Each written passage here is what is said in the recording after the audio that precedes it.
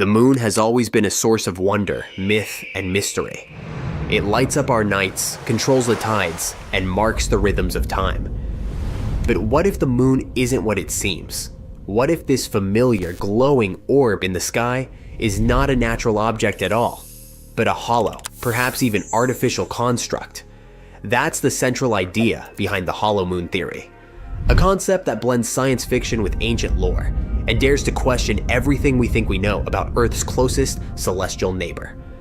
Let's explore the bizarre clues and strange stories that fuel this unsettling possibility. During the Apollo missions in the late 1960s and early 1970s, NASA astronauts left behind scientific instruments, including seismometers. In 1969, the Apollo 12 crew intentionally crashed a portion of their spacecraft onto the lunar surface. The result shocked mission control. The moon reverberated for over 50 minutes. Scientists said it rang like a bell. This was not a one-time event. Later impacts during Apollo 13 and 14 produced similar results, long-lasting, deep seismic vibrations that were unlike anything observed on Earth. Some theorists argue that this behavior could be a sign that the moon is hollow or has vast inner cavities. After all, nothing on Earth behaves that way unless it's mostly empty inside. NASA's explanation is more conservative.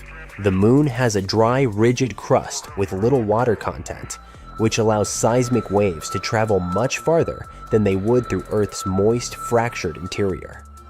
Still, the Bell effect remains one of the strangest lunar anomalies on record.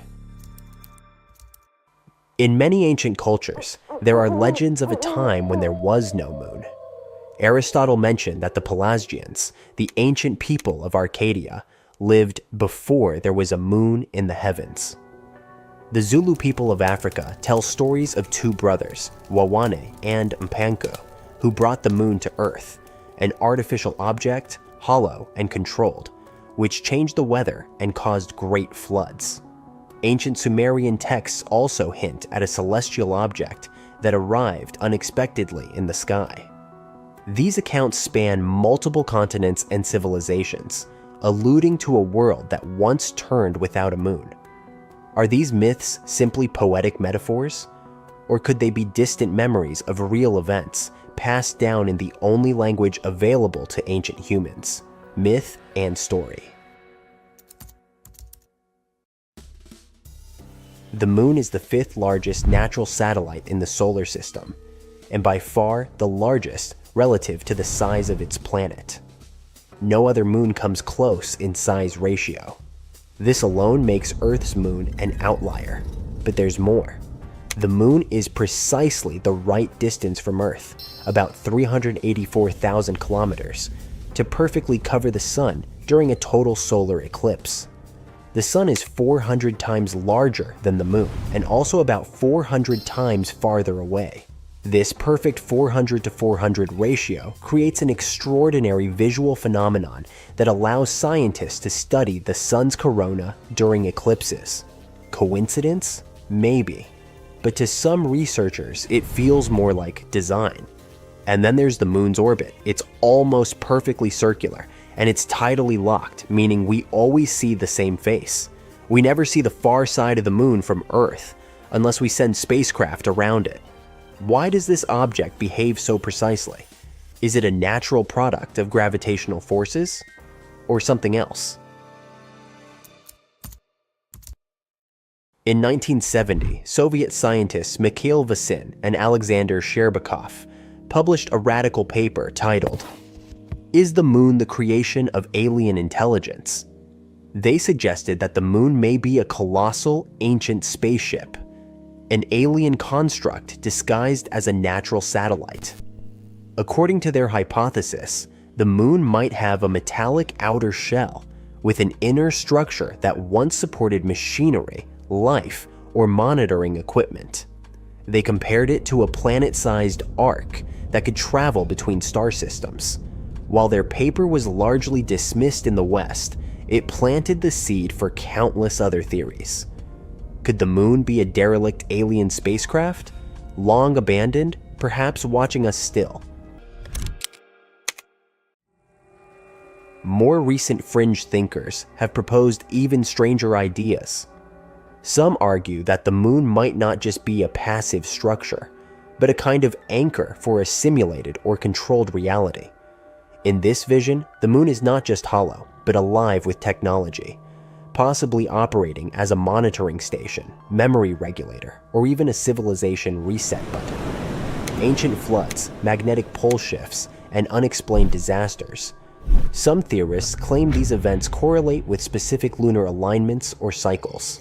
Others go further, suggesting that the moon is part of a larger system designed to keep human consciousness limited, trapped in cycles of forgetting and rediscovery. Is the moon helping to shape our very perception of time, reality, and evolution? It's impossible to prove, and perhaps that's the point.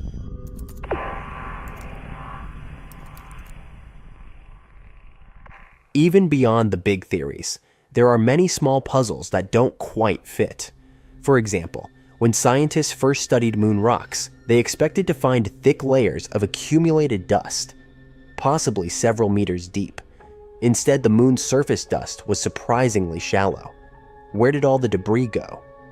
Radio signals sent to the moon sometimes bounce back with strange delays, suggesting interior reflections that aren't typical for solid rock. And then there are the mysterious transient lunar phenomena. Sudden flashes, glows, or color changes on the moon's surface. These have been observed by astronomers for centuries, yet remain unexplained.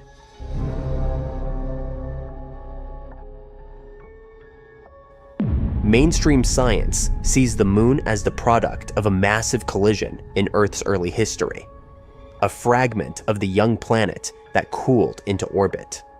But for every answer science provides, there seem to be more questions. Why does this object behave so perfectly? Why do myths around the world speak of its arrival? And why does its presence feel so scripted? Whether you believe in the hollow moon theory or not, one thing is certain: the moon is far more than just a rock in the sky. It is a mirror to our imagination, a beacon to our ancestors, and maybe, just maybe, a puzzle we were never meant to solve. Did you know that in 1958, two powerful rivals planned to take the lead in the space race by launching an atomic bomb at our natural satellite? What would have happened if they had gone through with it? Who the hell thinks bombing the moon is a good way to win a popularity contest? On top of that, we're going to find out if anyone ever did bomb outer space and why. Stick around, because what we're about to tell you sounds incredible, but it actually happened, and even Carl Sagan was involved.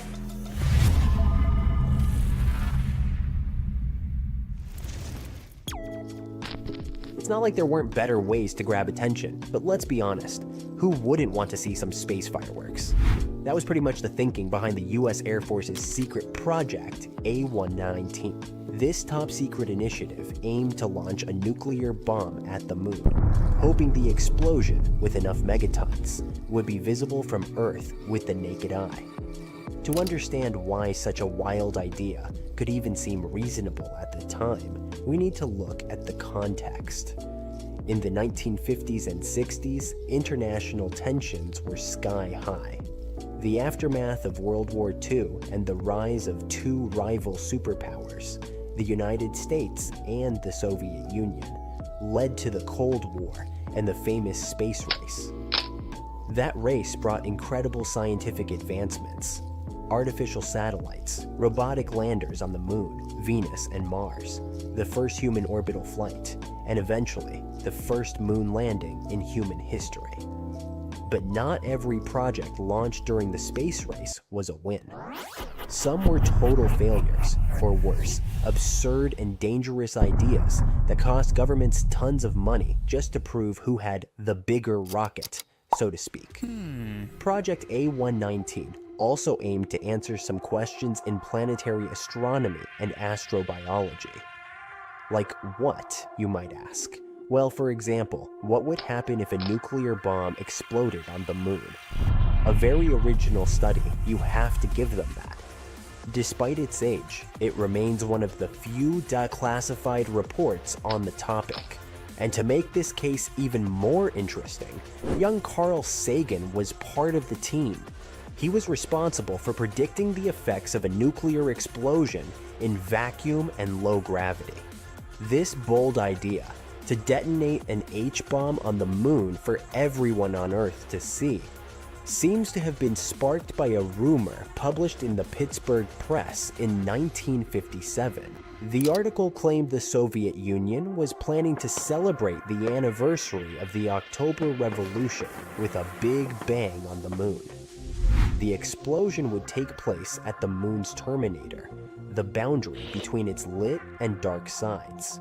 Apparently, Project A119 also considered the terminator as a target. The article also mentioned that if the Soviet missile missed, it would fall back to Earth and disintegrate in orbit. But what it didn't mention were the even bigger consequences if it did hit the lunar surface. But wait, what could possibly go wrong? The moon's super far away, right? Well, a lot could go wrong. It depends on the bomb's yield, of course, but what if a 100 megaton bomb exploded on the moon's surface? That would trigger a series of very unfortunate events. Since the moon has no atmosphere to dampen the blast, there would be no shockwave like on Earth. With nothing to contain or slow it down, the explosion would just keep expanding monstrously. Terrifying, right? But that's not all. The moon would experience a massive quake that could shake the entire body. Though, to be fair, back in 1958, there were no lunar bases to destroy, so that wasn't a big concern yet.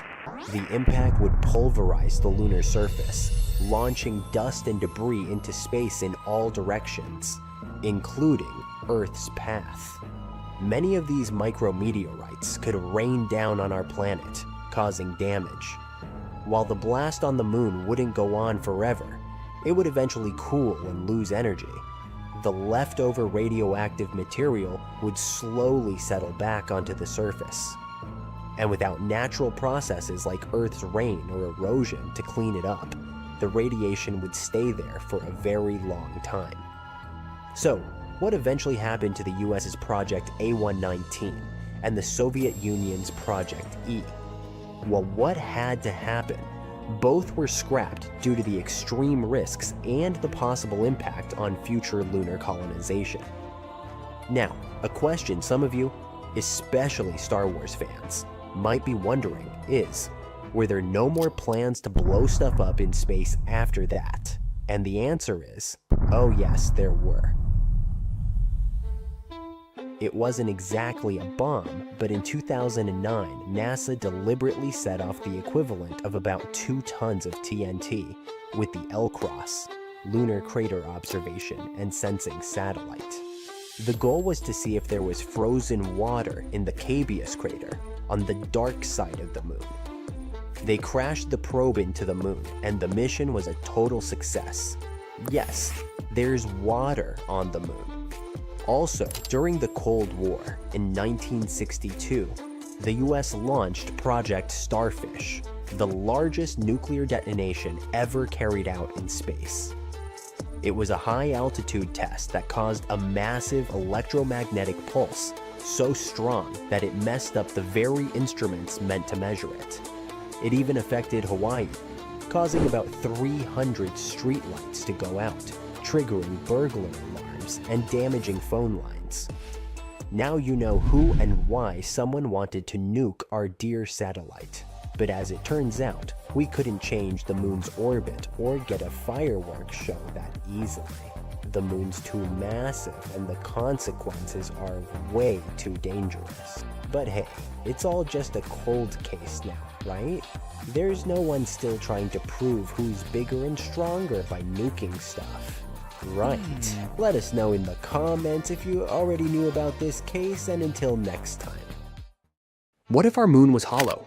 Would we be able to hide inside in case some terrible catastrophe destroyed our home planet? Well, The supporters of the hollow moon theory believe that it's actually a real option. The hollow moon is a hypothesis claiming that Earth's moon is either completely hollow or has quite a lot of place inside.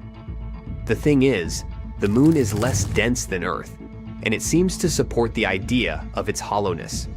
But according to science, the reason is the fact that Earth's upper mantle and crust are less dense than the heavy iron core of our planet.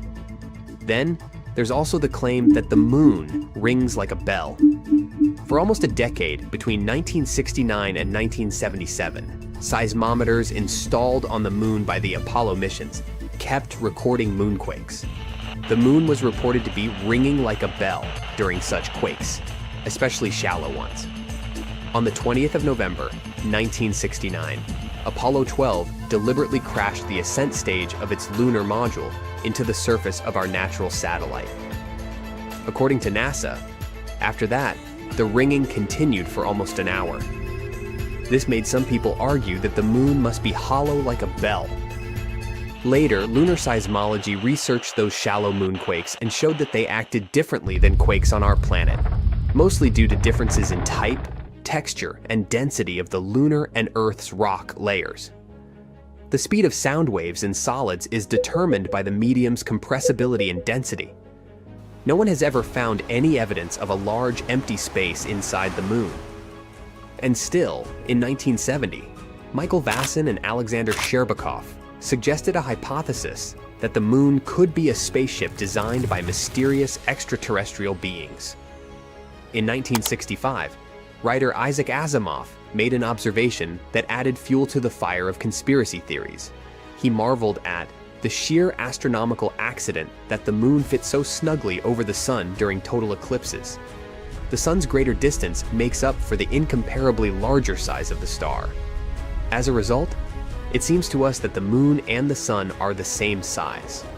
The author added that there was no astronomical reason why the sun and the moon should fit so well. So since the 1970s, conspiracy theorists have been quoting Asimov's words about solar eclipses as evidence of the artificial origin of the moon. Mainstream astronomers disagree with such an interpretation, saying that the angular diameters of the moon and the sun don't perfectly match during eclipses. They vary by several percent over time.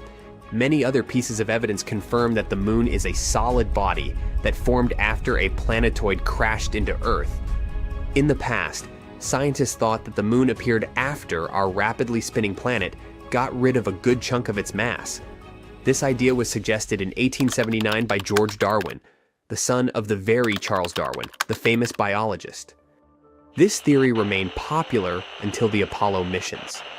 Then, in 1925, Austrian geologist Otto Ampferer offered another idea, that Earth and the moon could have formed together from a primordial accretion disk, a rotating disk of dense gas and dust surrounding a young, newly formed star, and used to be a double system.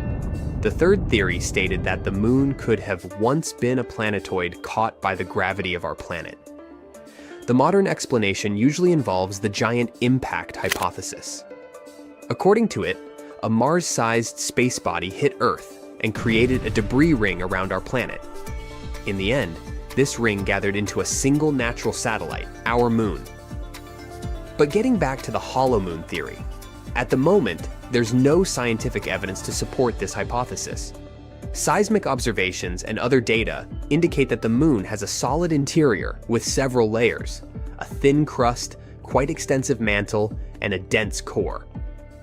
These days, the idea of the hollow moon is considered to be a conspiracy theory.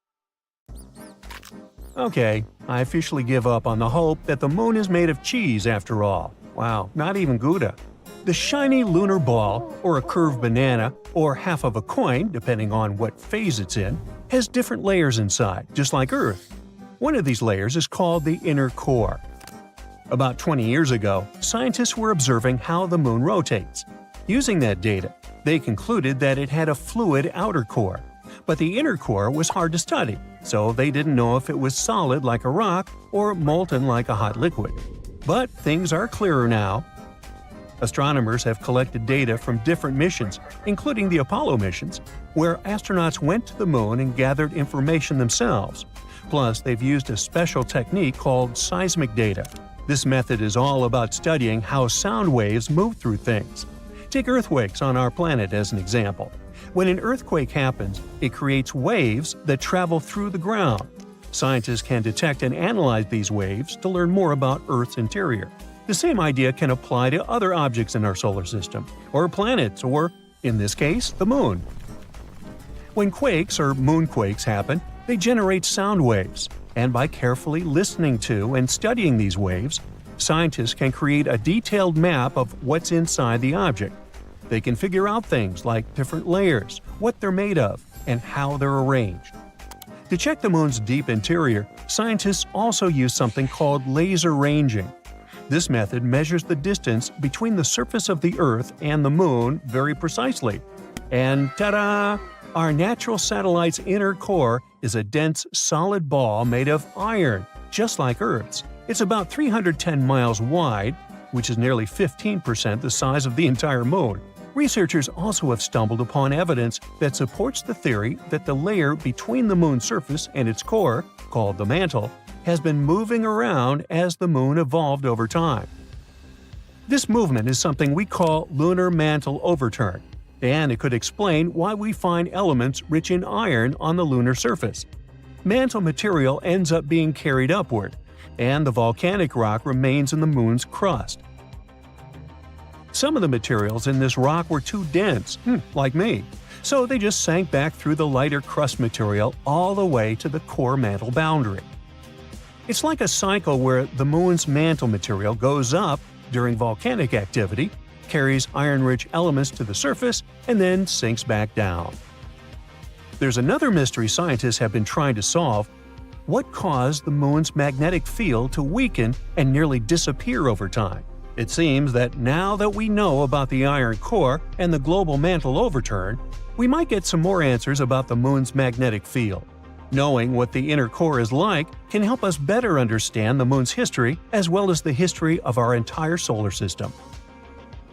Now, one of the theories that's widely accepted about the origin of the Moon says there was a massive collision between Earth, in its early stages, and another mysterious object in our solar system. It's called the Large Impact Theory, and this collision was so strong it ripped off a big chunk of the primitive molten Earth. I mean, not so big compared to what's left. If you put a US nickel next to a green pea, you get a good idea of how big our planet is compared to the Moon. Now, this chunk was set into orbit around our planet, and this might have happened about 95 million years after our solar system formed. The object that collided with Earth could have been about 10% the mass of our home planet and roughly the size of Mars. Well, it makes sense. Earth and the Moon do have similar compositions after all. Of course, there are other ideas about how the Moon formed. One says that the gravitational force of our planet captured it. This means that the Moon was just an object innocently passing by when suddenly it got attracted and pulled into Earth's orbit. There's even a hypothesis that Earth stole the Moon from Venus. Ooh. In that case, the Moon shouldn't complain. I guess the view is way better here. So yeah, the Moon and Earth are similar when it comes to rocks and some minerals. But the Moon doesn't have the same atmosphere as our planet. Its atmosphere is thin and consists of some weird gases that include potassium and sodium, which is not something you can find in the atmosphere of Mars, Venus, or Earth. And the rocks on the Moon don't contain water, but that doesn't mean there's no water at all up there. A long time ago, in the 17th century, astronomers saw large dark spots on the Moon's surface. One of these astronomers thought these spots looked like oceans, and he called them maria, which means seas in Latin. Other astronomers also made maps of the Moon, and they used the term maria to describe these dark spots. For example, Mare Tranquillitatis translates to Sea of Tranquility, where Apollo 11 made its touchdown. But it seems those dark spots are not actually oceans. They are plains made of hardened lava that erupted long ago. These volcanic eruptions left behind smooth flat areas called basalt plains. In the late 1800s, one skywatcher studied the Moon and found it didn't have an atmosphere. Without an atmosphere, there are no clouds and no air to keep water from evaporating. So scientists thought that any water on the moon would just disappear right away. They believed the moon was totally dry. But then, in 1961, one physicist had a different idea. He pointed out there could be water on the moon in special areas called permanently shadowed regions. These are spots on the moon where the sun doesn't shine, so they stay dark all the time. Water ice could exist in these dark areas because they're extremely cold and the ice wouldn't evaporate. But when astronauts from the Apollo missions went to the moon, they brought back soil samples, and scientists found no signs of water in them. So everyone went back to thinking that the moon was completely dry. In the 90s, NASA focused on these shadowed craters and found high concentrations of hydrogen, which meant there could be ice at the moon's poles. They still weren't certain, so they kept digging and, after a while, found hydrogen trapped inside tiny beads of volcanic glass. Since there are no active volcanoes on the moon today, which means water probably was present on the moon when these volcanoes erupted long ago. Plus, there could be way more water back in the early days of our moon. In 2020, NASA's SOFIA mission showed us what we'd been looking for a really long time. There is water on the moon after all. It turns out the water is hidden within the grains of lunar dust or sticking to the surface in the sunlit areas of the moon. So there are no oceans like we have on Earth, but at least there's something. The question remains, how did water even get there? It seems the moon had a chaotic history back at the time when it was forming, as probably most of the planets and moons in our solar system. So there is some evidence that water came there from comets hitting its surface back in the old days, or maybe even keeps on coming from those that are slamming into the moon right now. We're talking about a chaotic situation where icy micrometeorites collide with the moon's surface, and dust then makes an even bigger mess when interacting with the solar wind. But we're waiting to find out more about this. Because, as we all know, when you mention water, you also inevitably talk about life. That's why we want to know more, for instance, about all that ice hidden in polar craters on the moon. Maybe it can teach us more about how life developed on Earth. Maybe comets brought all the necessary elements here. Then, what if there are some of those elements stuck in the ice on the moon, too?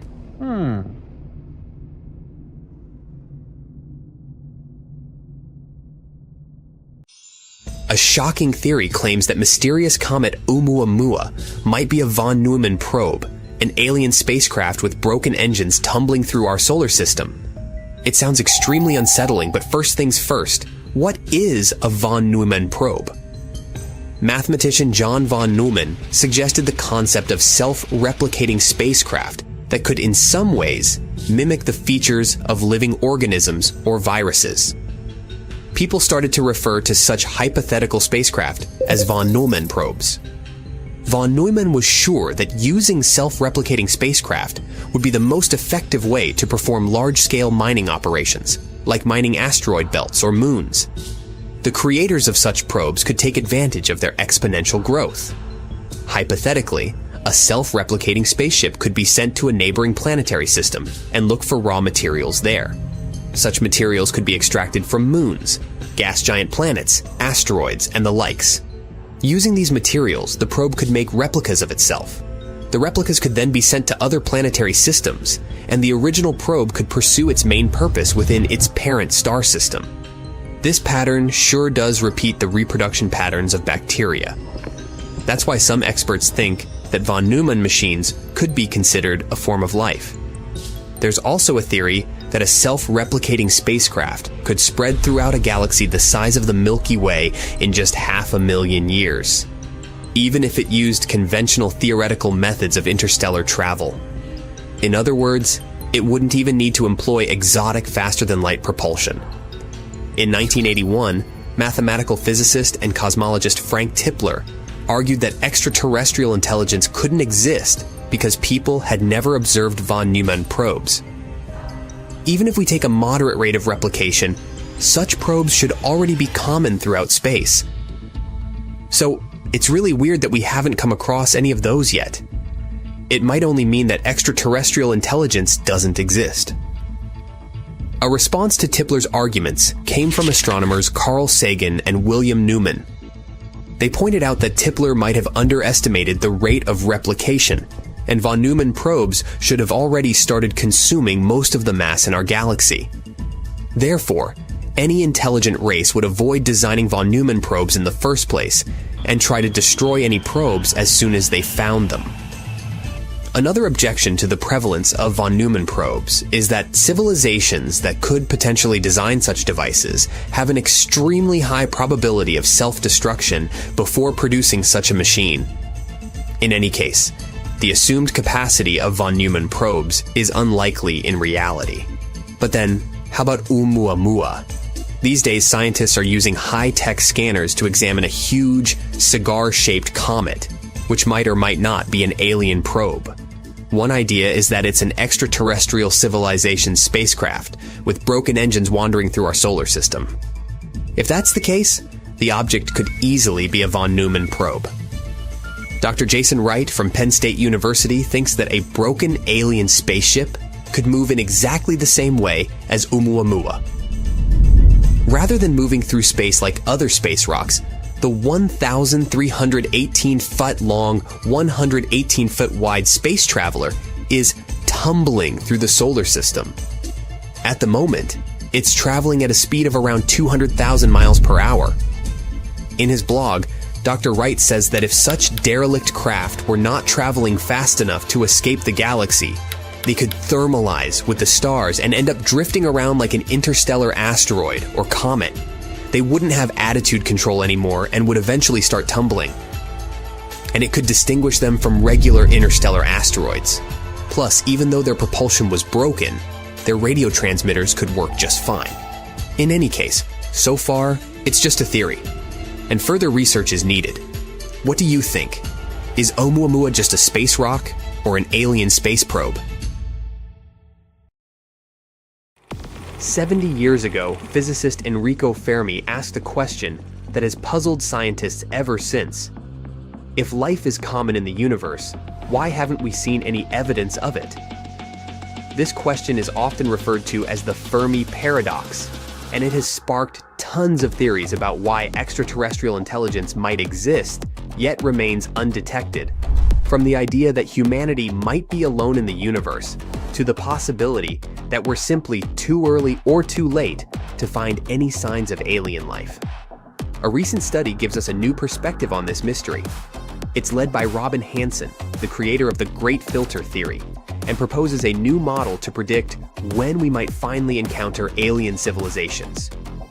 This model suggests that we may not meet other advanced civilizations for another 200 million to 2 billion years.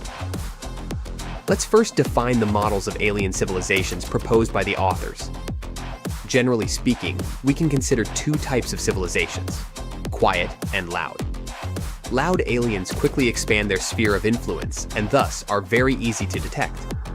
Quiet aliens are difficult to detect as they do not expand or change much before going extinct. We have little data on them. So let's take a closer look at the loud aliens. Since they should be easy to detect, we can fit theories about them into our data and say a lot about them. The authors presented a particularly simple model of loud aliens, the so-called grabby aliens. It is a model with only 3 free parameters. Let's discuss them. Once a civilization reaches a certain level of technological development, it begins to expand rapidly, altering the space it occupies and potentially preventing other civilizations from developing in that area. This expansion could take the form of large-scale colonization, the construction of massive structures, or the production of technosignatures, signals or artifacts that would be detectable from Earth. But such rapid growth requires an incredibly high level of technology. A complex history must be between the very origin of life and such a level of development. During this period of development, fatal events may occur, which a civilization either overcomes or not. For example, it's believed that life on Earth overcame a difficult step when it learned to consume oxygen. This idea is very similar to the idea of the Great Filter, according to which there is a barrier to development that makes detectable extraterrestrial life exceedingly rare. Such fatal events are called hard steps. And a number of these steps, Encrite, is the first parameter of the model. The second parameter is based on the timeline of significant events in the evolution of life on Earth. This is the probability of the origin of life. The universe is about 13.8 billion years old, and Earth formed around 4.5 billion years ago. The earliest forms of life appeared between 4.2 and 3.8 billion years ago, but humanity has only existed for the last 200,000 years, and we've only had the technology to search for extraterrestrial life for about 70 years. So it's possible that advanced civilizations could take much longer to evolve, particularly on planets orbiting stars with much longer lifespans than our sun. When a civilization becomes loud, it begins to rapidly expand its domain. To do this, it uses interstellar flights.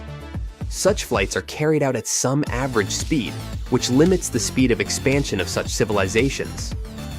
So this expansion speed is the last free parameter. By studying the world around us, the history of our civilization, and the fact that we have not yet discovered any other civilization around us, scientists can obtain approximate values of the model parameters. This means they can predict the evolution of civilizations, as well as conduct stochastic simulations. And here are the amazing results they've obtained.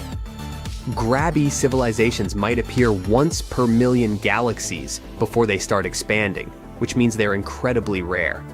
Their rarity also means that they could be very difficult to detect. If a civilization is expanding rapidly, the light or signals they produce might not reach us until long after they've already begun their expansion. This could explain why we haven't detected any signs of advanced alien life so far. The study's most intriguing prediction is that humanity is likely to encounter the nearest loud civilization, one that is actively expanding and altering its environment within the next 200 million to 2 billion years. Until then, the chances of detecting alien technosignatures are slim. The researchers also suggest that there may be many quiet civilizations out there, those that haven't yet reached the level of technological development needed to expand and make themselves known. These quiet civilizations could be much closer than we think, possibly even within our own galaxy. But because they haven't yet begun their expansion, they're much harder to detect. The model implies that if we want to find evidence of extraterrestrial life, we may need to look for quieter, more subtle signs rather than expecting to see grand displays of alien technology. At the edge of our solar system, there's a cold and mysterious region known as the Oort cloud. It's a hypothetical vast area of icy space objects surrounding the Sun. It's believed to lie far, far away from our star, from 2,000 to 5,000 astronomical units. For comparison, Pluto's orbit carries the planet between 30 and 50 astronomical units from the Sun. And there, in this freezing emptiness, a rogue planet may be hiding right at the moment. At least, that's what new research has recently suggested. Rogue planets are called this way because they don't orbit around any star. They wander the galaxy alone, totally untethered. Without stars, they don't have days or nights, only eternal darkness. Rogue planets are usually kicked out of their planetary systems, doomed to a solitary existence of circling the center of the galaxy on their own. Of the thousands of planets scientists have detected outside of our solar system, only a dozen or so are starless and cruising on their own. At the same time, there might be billions or even trillions of rogue planets wandering around our galaxy. If these estimations are true, it might mean that the Milky Way contains more free-floating planets than stars. Anyway, in 1907, one astronomer started a search for Planet X. It's a hypothetical giant planet moving around the Sun beyond the orbit of Neptune. The scientist was convinced that this planet existed because he had observed some irregularities in the orbits of Uranus and Neptune. His idea led to the discovery of Pluto in 1930. But the dwarf planet was too small to have any serious gravitational impact on the orbit of Neptune, let alone Uranus. These days, the Planet X theory is largely considered to be discredited, but it hasn't stopped astronomers from searching for planets in the far reaches of our solar system. And shockingly, a new study claims there might be one or even more out there, but much, much further away than predicted. An international team of scientists has recently simulated the unstable celestial mechanisms of the early solar system. They've discovered that there's a possibility that a few planet-sized bodies might have come to rest in the Oort cloud. You see, about 4.5 billion years ago, when the solar system was just forming, it was a hectic and unsettled place. Gravity sent debris from the cooling protoplanetary dust cloud hurtling around like cosmic tennis balls. From time to time, large chunks of this debris, even planet-sized ones, were sent flying far enough to escape the sun's gravity altogether. Such pieces of debris turned into rogue planets.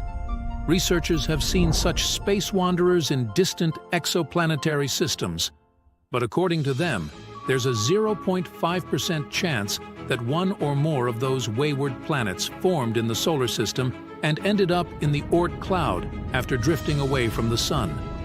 At the same time, it's slightly more likely that a rogue, Neptune-like planet was snagged by the sun's gravity from another planetary system, and then this planet came to rest somewhere in the Oort cloud.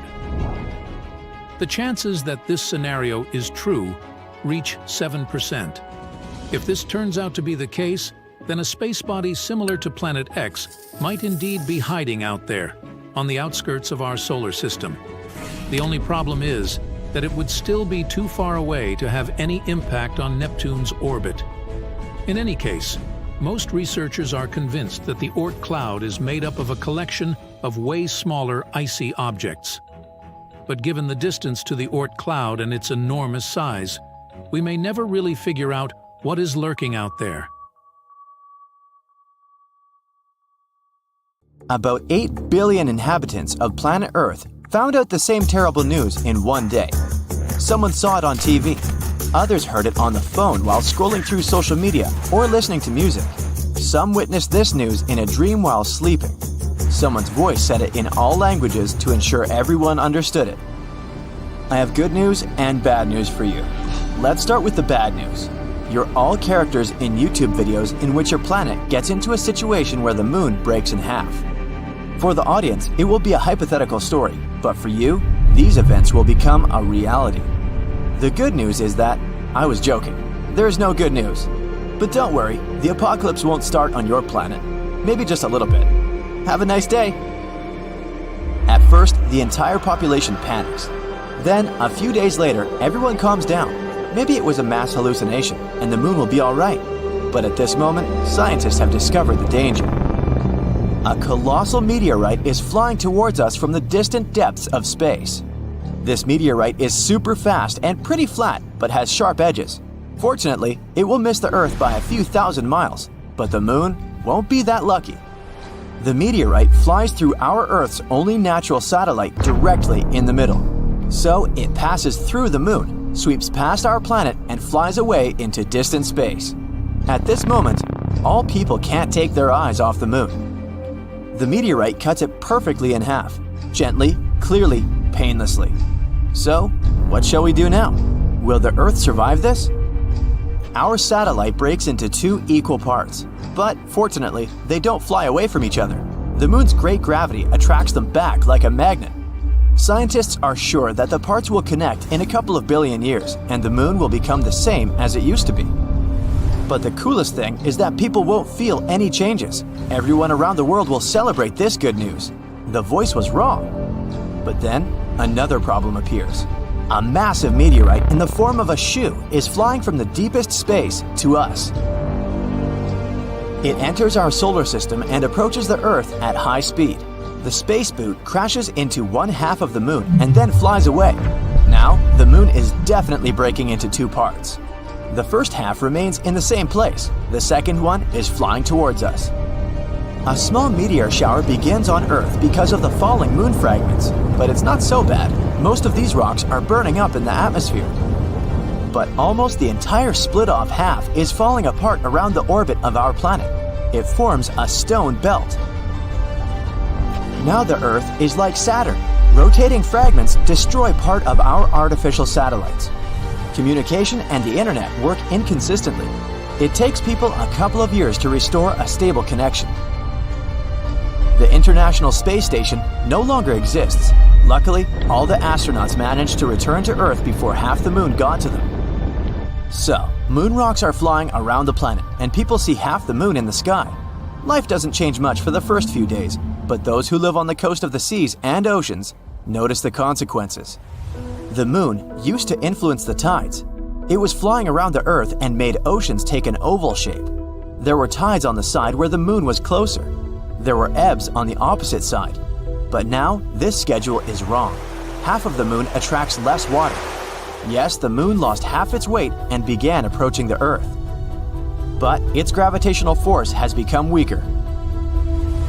Seabirds, many species of fish, sea turtles, and other coastal animals may not survive these changes. Their natural instincts associated with the moon help them determine the time for getting food, breeding, and flying south. For example, tiny turtles expect a strong tide in the morning. They run to the water, but the water doesn't reach them.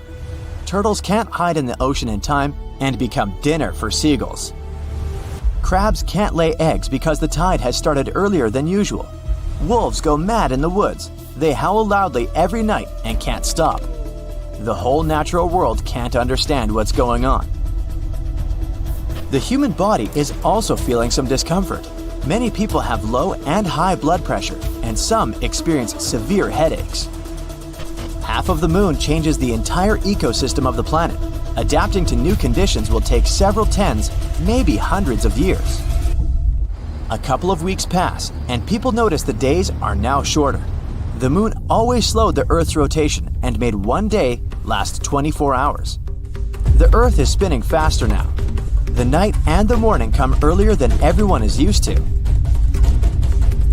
Earth rotation speed has increased and reduced the number of hours per day to 15. People suffer from insomnia or oversleeping. The body needs time to get used to it. Work schedules are changing all over the world. Previously, people came to the office at 9 and left at 6.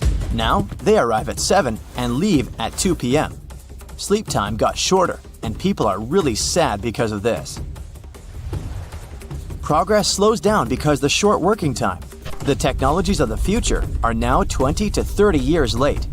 Hourly pay remains the same, so bosses now pay less for fewer working hours. The whole moon stabilized the weather and climate on the planet. Look at Mars. It has 2 small moons. They quickly spin around it and rock Mars around on its axis. As a result, strong winds, sandstorms, and thunderstorms often happen on the red planet. Now the half of the moon that approached us takes the Earth out of stable rotation. This changes the seasonal temperatures in the world. It even gets hotter in hot places. And snowstorms are raging in cold regions. There are short, massive downpours instead of sunny weather. A typical breeze can grow into a hurricane and small waves into a tsunami. The seasons are changing faster now. Winters are colder and summers are hotter. Changing the rotation of the planet affects the Earth's magnetic field. Since the compass and navigation systems are unstable now, we need to recalculate where the north and south are. Birds can't fly south to wait out the winter since they don't know what direction to fly. Their inner compass is broken. Several hundred years have passed. People are entirely accustomed to the new conditions on Earth. New species of animals and fish have appeared. Birds can navigate the sky by the moon again. The planet's economy has been restored. Hourly wages have become higher. People now get enough sleep from 5 to 6 hours a day and work for 4 to 5 hours. The reduction of day and night has also affected the entertainment industry. Movies now last 1 hour. One episode of some TV series lasts 30 minutes. Life goes faster. An average person now lives to be 96 years old. In fact, the passage of time hasn't changed at all. Its calculus did. Several thousand years have passed. People look different now. Now they have big eyes that absorb more light. Half of the moon doesn't shine as bright as the whole thing, so the nights have become darker. It took the human eye a couple of thousand years to develop the ability to see clearly in this new dark. Animals need to navigate better in these conditions, so their eyes have become larger and more sensitive.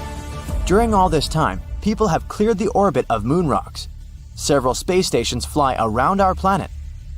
And again, people hear this strange voice that once told them that they were all characters in one hypothetical YouTube video. This time, the voice says, "Your story ends because the video ends. I'm sorry. Good night." Have you heard about Planet 9? No, not Pluto. We're talking about something lurking on the outskirts of the solar system. A mysterious planet that exists in our solar system that we haven't yet discovered. We've been looking for it for years, but finally, it seems like scientists found a key to solve this mystery. Planet 9 is a hypothetical planet. Astronomers have been on the hunt for it for quite some time now. But it's so elusive that they've only been able to piece together a few details about its potential characteristics. One thing we do know is that Planet 9 has to be a massive world, possibly up to 10 times the mass of Earth. That's one big planet. It's also thought to be a distant wanderer, hanging out somewhere between Neptune and Pluto. Some scientists think that Planet 9 might actually be a mini Neptune, with a thick, gaseous atmosphere and a rocky core. Others speculate that it could be an icy world with a solid, frozen surface and a thick layer of hydrogen and helium gas. Of course, since we haven't actually found Planet 9 yet, we can't say for sure what it's like. We're not even sure that it even exists. Some say it's just a myth, like the Tooth Fairy or the Easter Bunny, but others are convinced that it's out there somewhere. And at the end of the day, we're not entirely sure if Planet 9 is even a planet. It might be a special kind of black hole or made entirely of dark matter. The search for Planet 9 began in the early 21st century when a group of astronomers realized that something wasn't quite right with the outer reaches of our solar system. They noticed that some distant objects, known as trans-Neptunian objects, were behaving in unexpected ways. Trans-Neptunian objects, or TNOs, are like the cosmic version of those items in the back of your fridge that you forgot about for years. They're small, icy bodies that hang out in the Kuiper Belt, beyond Neptune. So, scientists noticed that these guys started behaving weirdly. At first, they thought it might be a fluke. But as they dug deeper, they began to suspect that there was a ninth planet lurking out there. Why haven't we discovered it yet, you ask? Well, it may be because of Planet 9's weird orbit. All the other 8 planets orbit the Sun in roughly the same plane, which is like a flat disk.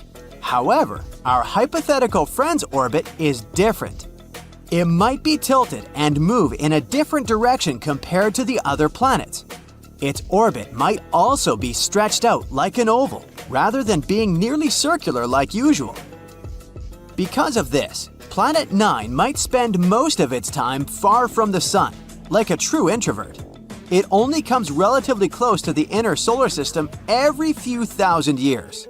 This would make it super faint and hard to spot. So the only way we may discover it is by studying the gravitational effects it has on our solar system. And this isn't the first time astronomers have gone looking for a new planet. Back in the 19th century, there was a similar hunt for a hypothetical Planet X.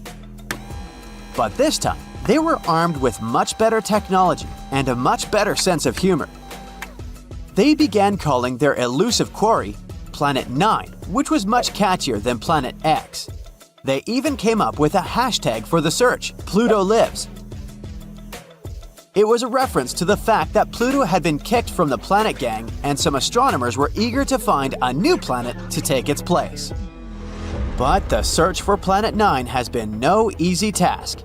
It's like trying to find a lost sock in the laundry basket the size of a football stadium. It's so far away and so faint that even the most powerful telescopes can't see it.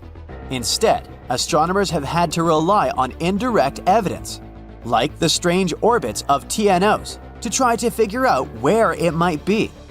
Some scientists have even supposed that it might be a wandering rogue planet, which would explain why it's so hard to find. But they haven't given up hope. Till this day, they're scouring the skies using all sorts of high-tech telescopes and fancy algorithms to try and spot this elusive planet.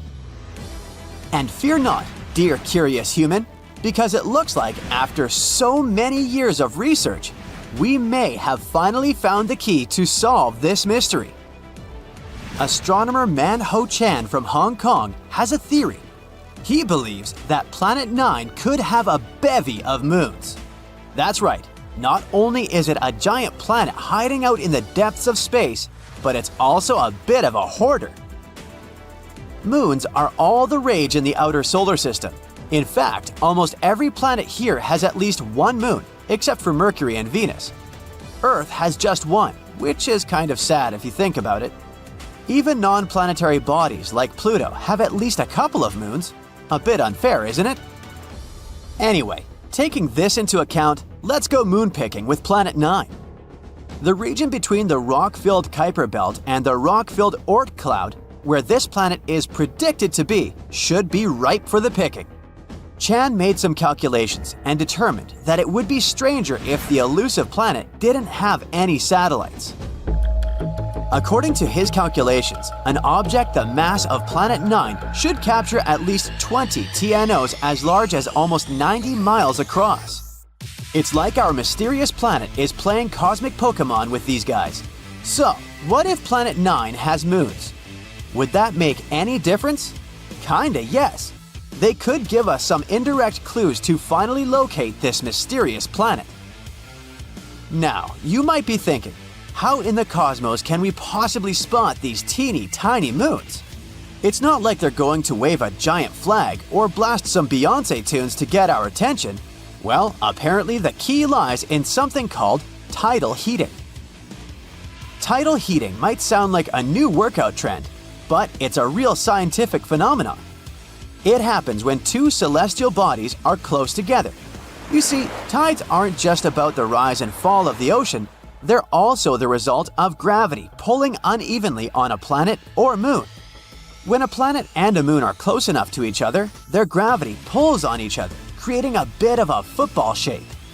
And as these celestial bodies move around each other, they shift shape and generate friction inside, which produces heat. Wow, who knew that Planet 9 could have a workout routine? Perhaps we should start calling it Gym Planet instead. Anyway, if Planet 9 has any moons, the gravitational pull from these moons would cause it to change shape constantly, generating heat in the process.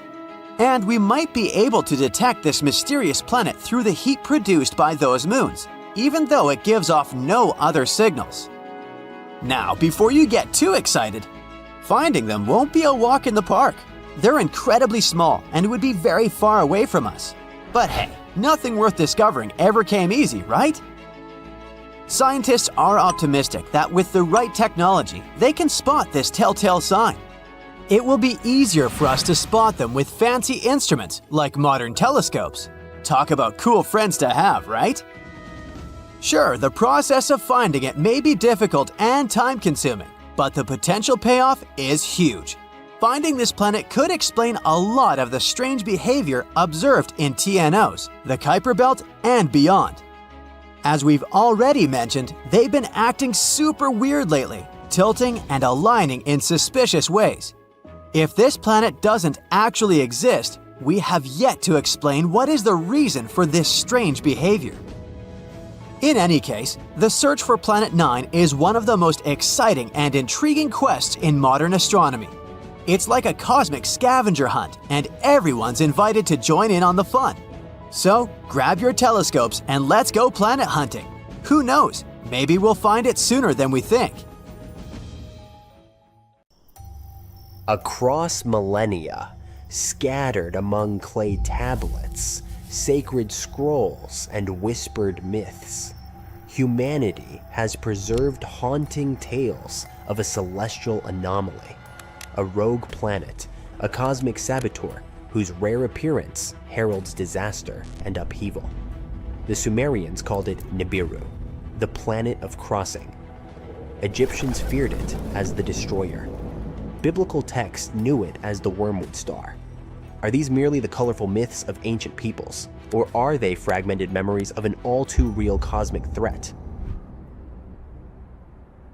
Modern science, once quick to dismiss such legends, is now forced to reconsider. In 2016, astronomers Konstantin Batygin and Mike Brown from Caltech presented mathematical evidence suggesting the existence of a massive planet at the far edge of our solar system, Planet 9. Their calculations describe a world 5 to 10 times the mass of Earth, on a highly elongated orbit that takes between 10,000 and 20,000 years to complete a single revolution around the Sun. Here's where ancient myth and modern astrophysics begin to blur. Sumerian cuneiform tablets, dating as far back as the 4th millennium BCE, contain astonishingly accurate astronomical data. They describe a solar system of 12 celestial bodies, including a mysterious 12th planet, Nibiru. How did ancient people know about Neptune, discovered only in 1846, or Pluto in 1930? Were they simply guessing, or did they remember something we've forgotten? One of the most controversial voices in this debate is researcher Zecharia Sitchin. He spent decades interpreting ancient Mesopotamian texts and proposed a radical theory that Nibiru is a habitable world with a sweeping elliptical orbit, home to an advanced race known as the Anunnaki, beings who once visited Earth. Mainstream academia has rejected Sitchin's translations, but the uncanny parallels between his claims and recent astronomical findings are hard to ignore. Let's focus on what the data tells us. Something is warping the orbits of distant objects in the Kuiper Belt, a vast icy region beyond Neptune. These objects behave as if being shepherded by a massive, unseen force.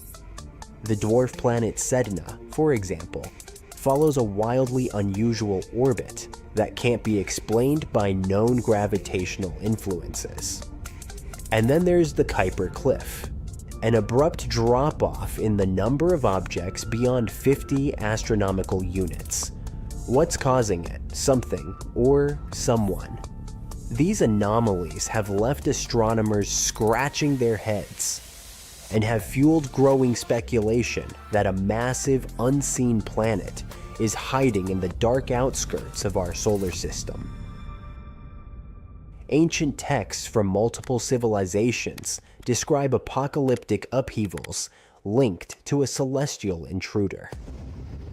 The Egyptian Ipuwer papyrus eerily recounts plagues and chaos. The river is blood, the earth turned upside down, days are shrouded in darkness. The Babylonian Epic of Era speaks of a time when the stars left their appointed paths.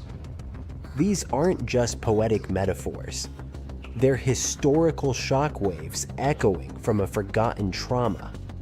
So what happens if Nibiru, or Planet 9, makes its next approach? Even without a direct collision, the consequences could be catastrophic. Its gravity might tilt Earth's axis, triggering sudden climate shifts. It could awaken tectonic fault lines and stir dormant volcanoes. Disturbed asteroid belts might send deadly space rocks hurtling toward us. It could disrupt our magnetosphere, disabling electronics and satellites. But perhaps the most chilling aspect of this theory is the cycle. Sumerian texts suggest that Nibiru returns roughly every 3,600 years. If this is true, its last passage might have occurred around 1600 BCE, a time curiously aligned with the collapse of Bronze Age civilizations, a period marked by mass migrations, natural disasters, and inexplicable cultural decline. Was this coincidence or consequence? The clock might be ticking again. Today, the hunt for Planet 9 continues, using the world's most powerful telescopes and cutting-edge simulations. We stand on the edge of either confirming the greatest myth ever told, or revealing that ancient peoples tried, in the only language they had, to warn us. It may not bear the name Nibiru, it may not carry golden tablets or alien emissaries, but if it exists, its return will reshape everything we think we know about history, science, and our place in the cosmos. One thing is certain, our solar system is far from tamed. It harbors secrets in its coldest, darkest corners, riddles older than civilization itself. And perhaps, just perhaps, the old stories were never stories at all. Maybe they were prophecies. Maybe they were the echo of survivors. Maybe the star of change is already on its way. Night enveloped the desert above Heraklion. A group of archaeologists moved through the labyrinth of sunken ruins, illuminating their path with powerful flashlights. Suddenly, one of the researchers, Dr. Martin Hale, stopped in front of a temple wall. He carefully brushed away a layer of sand and discovered a strange bas-relief. A woman holding a creature with an unusually elongated head and enormous eyes. "This can't just be a stylized depiction of an infant," whispered his colleague, Alice Carter.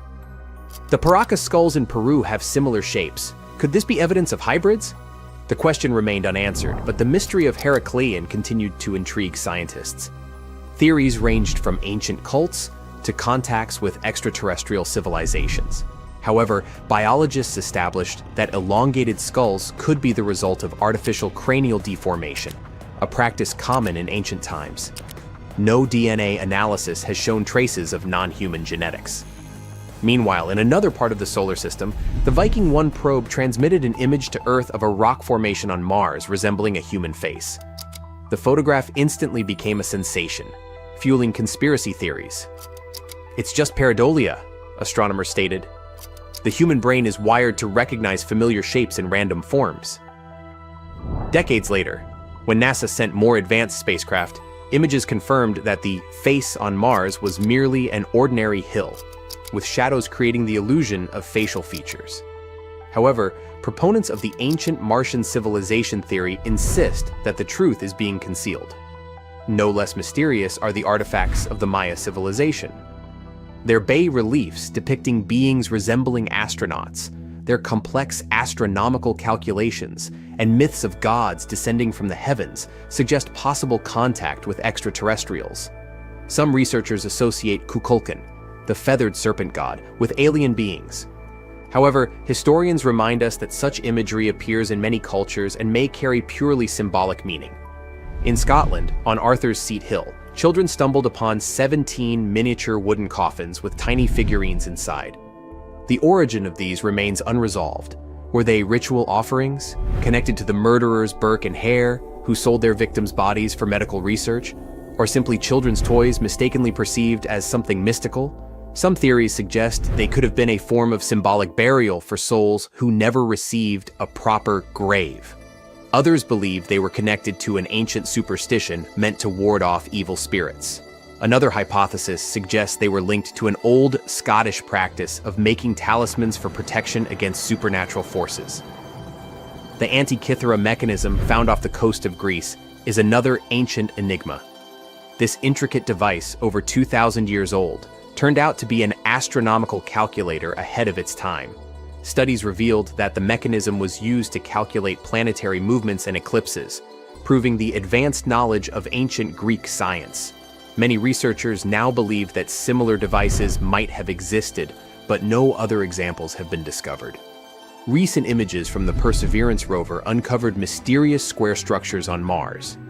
Geologists attribute them to natural crystallization and erosion processes, but UFO enthusiasts are convinced they are ruins of ancient constructions. The formations bear a striking resemblance to rectangular patterns seen in some ancient Earth structures, further fueling debates about potential past life on the Red Planet.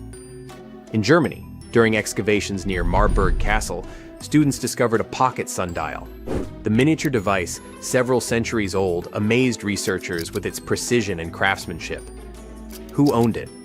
Was it part of monastic heritage, used for prayers on a strict schedule? Experts believe that such sundials were rare and expensive, likely belonging to high-ranking individuals or scholars deeply engaged in astronomy and mathematics. Yet one of the most intriguing discoveries remains the Sabu disk, a 5,000-year-old artifact from Egypt. Its purpose remains debated. Some believe it was a ritual object, while others think it had a technical function, possibly part of an ancient machine. Some engineers speculate that its shape suggests it could have been part of a primitive flywheel or a component of an unknown mechanism. Certain studies suggest it could have been related to liquid movement or even served as a part of a lost mechanical system. Despite extensive research, its true function remains an enigma, adding to the ongoing fascination with the technological capabilities of early civilizations. The world is full of mysteries. Every solved enigma raises new questions. Were these artifacts merely the result of human ingenuity, or evidence of contact with forces we have yet to understand? As new discoveries emerge, the past continues to challenge our understanding, reminding us that history holds secrets waiting to be uncovered. Aliens have invaded Earth and they are not here for friendly interaction. It all begins with the detection of an extraterrestrial signal by the SETI network. This isn't just random space noise. This is a clear sign of an alien civilization. Once the information reaches world governments, rumors start circulating that aliens are on their way to Earth. The US, Russia, and China are the first to learn of the threat, but all governments try to keep the news secret, knowing that widespread panic could lead to catastrophic consequences. At first, nothing happens. Days turn into weeks, and skeptics begin to mock the very idea of an invasion. News channels call it a hoax, while conspiracy theorists claim it's a government distraction. People continue their daily routines, unaware that something is already approaching at an unimaginable speed. Then, without warning, they arrive. Their ships break through the atmosphere, not in a slow cinematic descent, but in an instantaneous burst of speed, defying human understanding of physics. The first crafts land in major cities across the globe: New York, Moscow, Beijing, London, Tokyo. Within hours, the entire planet is covered in their presence. Authorities still don't know who these beings are or what they want. Are they destructive creatures seeking Earth's resources? Or perhaps they want to expand their empire? Another theory emerges. Maybe these invaders are artificial intelligence created for space exploration, no longer dependent on planet conditions for survival. Attempts to communicate prove futile. Linguists, AI systems, and mathematicians fail to decipher their signals. Then comes the first attack. In one swift moment, a military base in Nevada is wiped off the map, leaving only a perfectly circular crater. The world realizes that this is not a peaceful encounter. The aliens begin their offensive, and it becomes clear that they are not here for diplomacy. Earth, rich in minerals, water, and other valuable resources, is an ideal target. Their technology far surpasses ours. Despite our best efforts to resist, our military stands no chance against their lasers, nanotech, and antimatter bombs. Even the United States, with its trillion-dollar military budget, can't match the alien technology. As they destroy key military bases and power infrastructure, the world is plunged into darkness and chaos. World powers begin to cooperate, but nuclear weapons are considered a last resort, knowing that using them could doom the planet. With cities in ruin and society unraveling, millions of civilians are forced to flee to remote areas, hoping to survive. Meanwhile, scientists scramble to understand alien technology, hoping to find ways to protect Earth or develop vaccines against possible biological threats. The global communication network is broken, and humanity is on the brink of collapse. The aliens continue their systematic destruction of Earth's defenses. Satellites are taken out, cutting off global surveillance. Drones and fighter jets fall from the sky like birds caught in a storm. Entire armies are reduced to ash in seconds. panic spreads, governments collapse. The world's leaders either go into hiding or perish in the initial wave of destruction. Civilization, as it was known, is no more. As time passes, the alien technology continues to overpower us. Our military forces are crushed, and our only hope now lies in guerrilla warfare by civilians. The United States, with its high number of privately owned firearms, may have a better chance than other nations, but it's still unlikely that we can withstand the alien onslaught. Small resistance groups form in hidden bunkers, underground tunnels, and abandoned cities. They communicate through salvaged radios, sharing whatever knowledge they have about the invaders. Some manage to take down individual alien soldiers, but their victories are short-lived. The aliens adapt quickly, learning from human tactics, neutralizing any newfound weaknesses. However, there's another possibility. Maybe the aliens aren't here to destroy us. There's a theory that such an advanced civilization might have evolved to be peaceful, having long overcome the destructive tendencies that lead to war. Another theory suggests that aliens might not need Earth's resources, as space is abundant with energy and rare minerals. Alternatively, they might just be studying us, like creatures in a zoo, observing our progress without interference. But reality sets in once more. The aliens proceed to the next stage of their plan, terraforming Earth. This could involve altering the atmosphere by releasing gases like methane or ammonia, slowly making the planet inhospitable for humans. They may also manipulate the oceans, changing their acidity or salinity, which would destroy marine life. To further reshape Earth, the aliens activate dormant volcanoes and trigger earthquakes around the globe, either to alter the planet's environment to their liking or to access resources more easily. As Earth becomes increasingly unstable, the aliens complete their conquest, and humanity's numbers dwindle. Those who remain are used for genetic experiments or research. Our bodies, brains, and memories might be studied, or we could be wiped out altogether in a matter of days. Earth would be left a barren, lifeless rock drifting through space. However, perhaps the aliens aren't as hostile as we think. Maybe they don't want to conquer us, but instead just want to observe us, like we study animals in a zoo. Maybe, over time, they would want to cooperate with humanity and help us grow. Or perhaps, this is just the beginning of a new era for Earth. Mars has long been a source of mystery and fascination, with numerous anomalies discovered on its surface that challenge conventional explanations. Among the most intriguing is a square-shaped formation captured by the Mars Global Surveyor's orbiter camera. This unusual structure, visible in an image available through Arizona State University's Mars Image Explorer, has sparked intense debate among researchers and enthusiasts alike.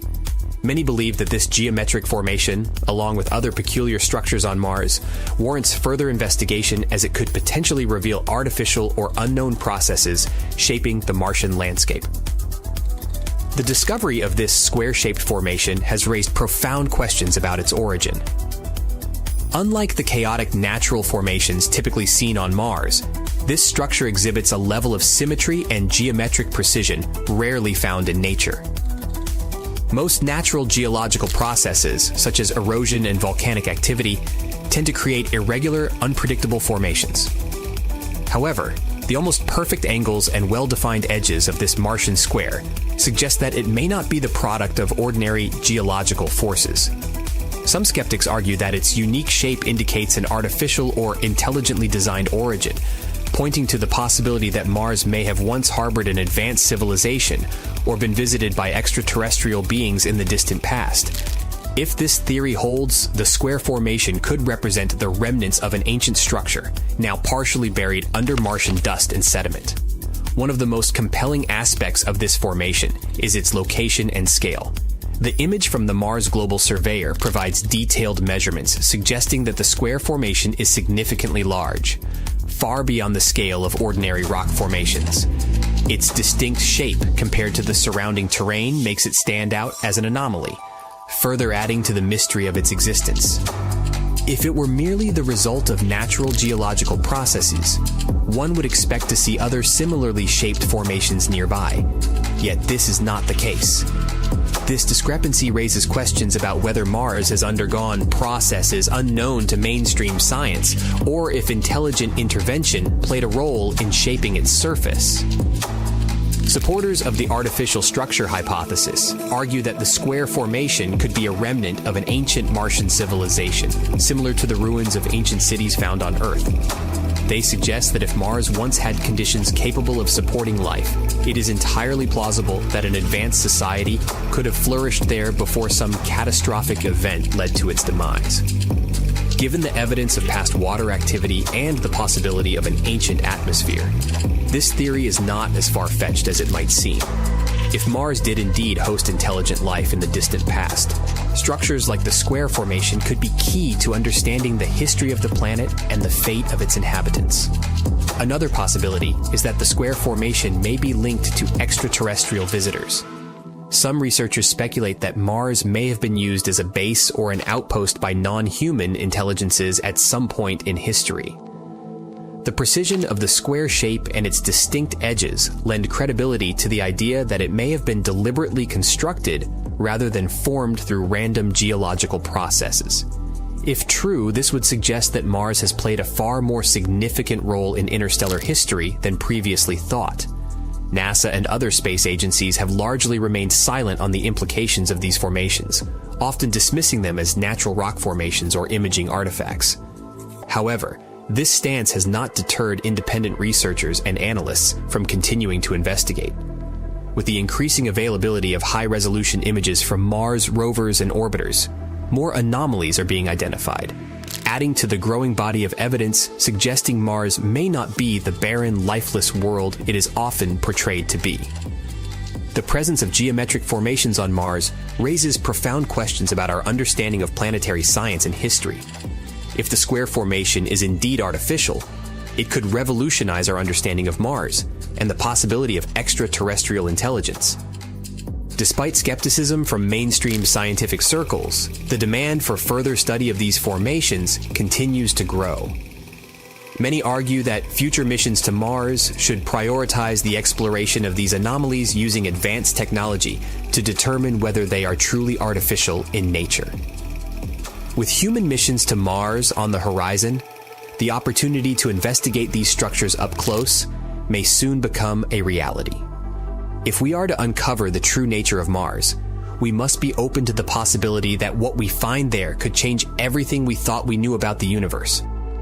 The square-shaped formation on Mars remains one of the most intriguing and unexplained discoveries in planetary exploration. Its geometric precision and distinct appearance challenge traditional explanations and fuel speculation about its possible artificial origins. Whether it is evidence of an ancient civilization, a remnant of extraterrestrial visitors, or a geological anomaly unlike any seen before, this formation demands further study.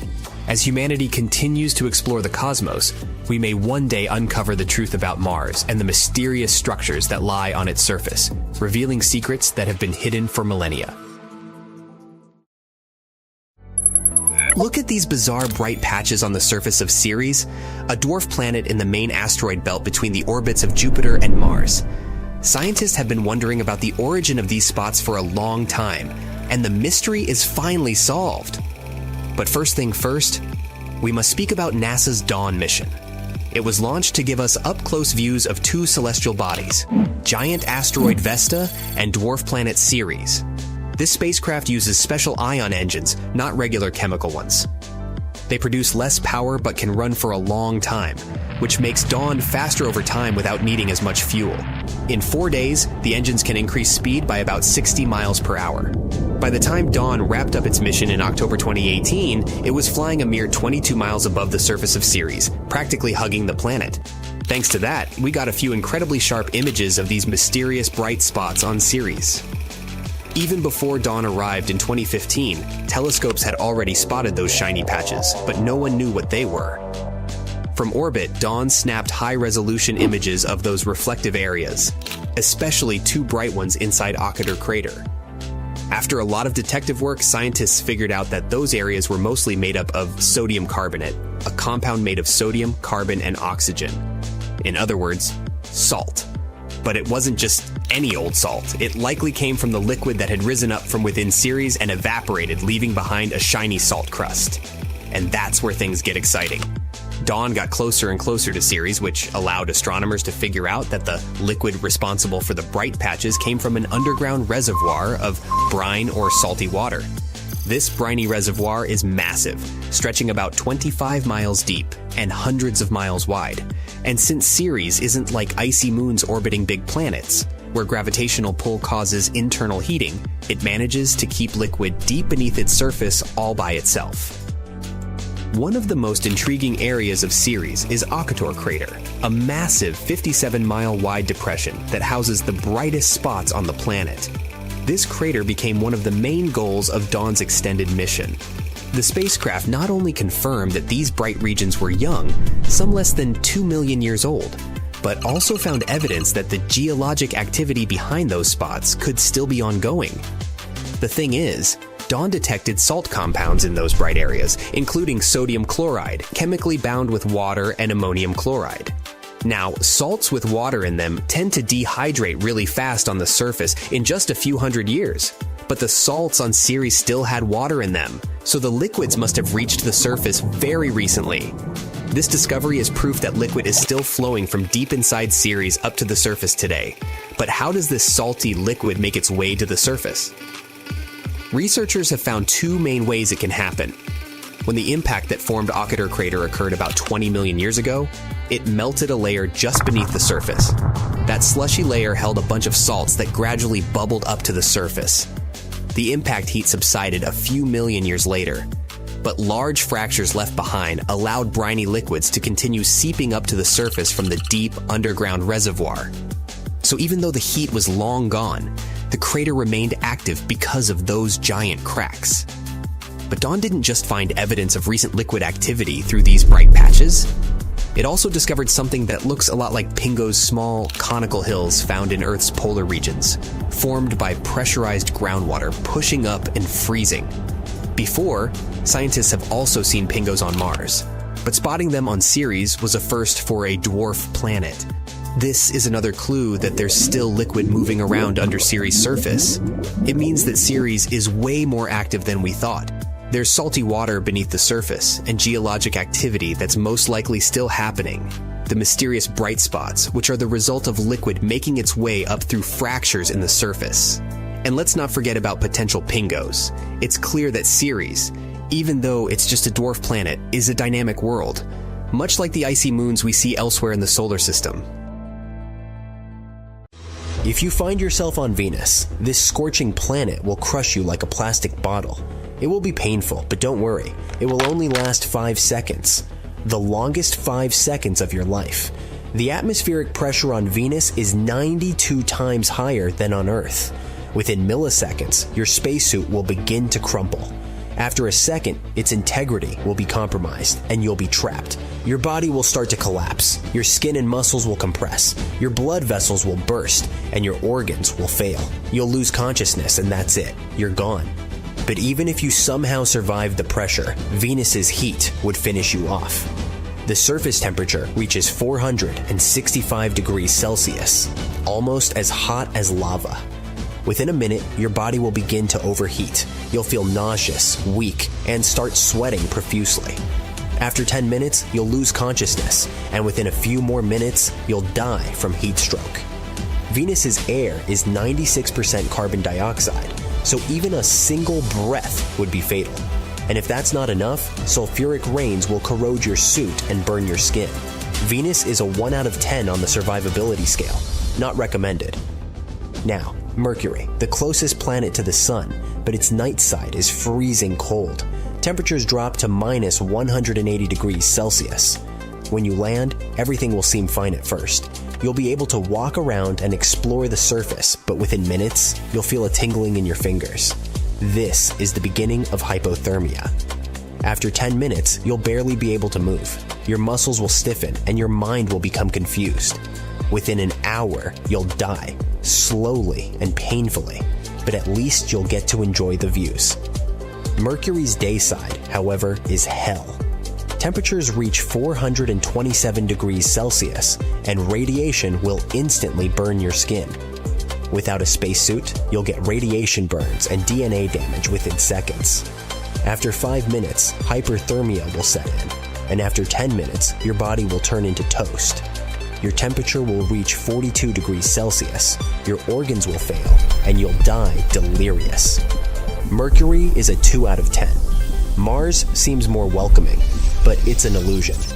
Its atmosphere is 95% carbon dioxide, and the pressure is only 0.6% of Earth's. The slightest crack in your suit, and you're dead. Within seconds, you'll feel oxygen deprivation, followed by decompression. Your blood will boil, your skin will swell, and within 7 minutes, you'll be gone. But even if your suit holds, Mars will find another way to kill you. Dust storms here last for weeks, sometimes months. Fine dust particles will infiltrate your equipment, clog your filters, and disable your life support systems. Mars gives you hope, but kills you at the first opportunity. It's a 6 out of 10 for the epicness of death. Jupiter is a gas giant with no solid surface. You'll fall through its atmosphere until you die. The upper layers seem calm, but 50 kilometers down, you'll encounter winds of 360 kilometers per h and lightning powerful enough to destroy a city. If your ship gets caught in such a storm, its systems will fail, the temperature will drop, and you'll be trapped. Jupiter is a 5 out of 10. Saturn is the second largest gas giant. Its rings, made of billions of chunks of ice and rock, move at 70,000 kilometers per h. If your ship collides with them, it's game over. Even if you avoid that fate, Saturn's atmosphere will kill you. Winds here reach 1,800 kilometers per h, and the pressure turns hydrogen into liquid metal. Saturn is an 8 out of 10. Uranus is an ice giant with the coldest atmosphere in the solar system. Temperatures drop to minus 224 degrees Celsius, and 2% of its atmosphere is methane, which is toxic to humans. The smallest crack in your suit, and you'll die from poisoning. But if you dare to go deeper, the pressure and temperature will turn the carbon in your body into diamonds. Uranus is a 10 out of 10 for drama. Neptune is the last ice giant. Its winds reach speeds of 2,100 km/h, the fastest in the solar system. If your ship gets caught in such a storm, it will be torn apart. Inside, you'll experience extreme G-forces. Your blood will pool in your legs. Your brain will be deprived of oxygen, and you'll lose consciousness. Within 5 minutes, the ship and your body will disintegrate. Neptune is a 2 out of 10. Pluto is a dwarf planet on the edge of the solar system. Temperatures here drop to minus 239 degrees Celsius. The slightest malfunction in your suit, and you'll freeze within minutes. After 30 seconds, frostbite will set in. Within a minute, your bodily fluids will turn to ice, and within 3 minutes, you'll be dead. Pluto is a 7 out of 10 for speed and relative painlessness. Space is no place for humans. Every planet will find a way to kill you. Stay on Earth. It's safer here. When watching a beautiful sunset over the sea and in the mountains, have you ever thought about what a sunset on Mars looks like? Or on Venus? Do they have the same reddish hues as sunsets on Earth? Not really. You see, sunsets look very different on different planets because of the composition of their atmospheres. Sunlight scatters off of the molecules that make up an atmosphere. This process is more effective at shorter wavelengths, which is the blue end of the visible spectrum. That's why we perceive the sky on our home planet as blue. But at sunset, light needs to travel longer distances through the atmosphere. That's why we see yellow and red hues. Now, let's move to Mercury and check what sunsets look like there. Both sunrises and sunsets on Mercury are views to behold. The sun seems 2.5 times larger in the sky over this planet than when you look at it from the surface of Earth. It also rises and sets twice during a Mercurian day. It rises, arcs across the sky, stops, moves back to the rising horizon, stops again, and restarts its way toward the setting horizon. Such bizarre maneuvers occur because Mercury rotates 3 times for every 2 orbits around the Sun, and its orbit is extremely elliptical. But if you expect to see a blazing sky and the hues of red, you'll be disappointed. Mercury has almost no atmosphere, so its sky is always black since light doesn't get scattered at all. Let's continue our journey and go to Venus. There, at sunset, a bright yellow fades into orange, brown, and then when the sun disappears, black. The planet rotates on its axis very slowly, so to see a sunset, you'd have to wait almost 1/16 times as long as you would on our home planet, half of a Venusian year. Mars is widely known as the red planet because of its rusty color caused by the presence of iron oxide in its soil. But sunsets on this planet would look surprisingly blue if you watched them from the surface of Mars. Fine dust in the atmosphere of the planet scatters light and makes the blue hues around the sun's area of the sky brighter. A Uranian sunset is azure, fading into royal blue with some hints of turquoise. The pretty colors come from the interaction of sunlight with the planet's atmosphere, which mainly consists of hydrogen, helium, and methane. These gases absorb the longer wavelength red portion of the light, and the shorter wavelength blue and green light gets scattered when photons bounce off the gas molecules and other particles in the atmosphere. In 2014, scientists working with data received by NASA's Cassini mission showed what a sunset on Titan could look like. The largest moon of Saturn is surrounded by haze and smog.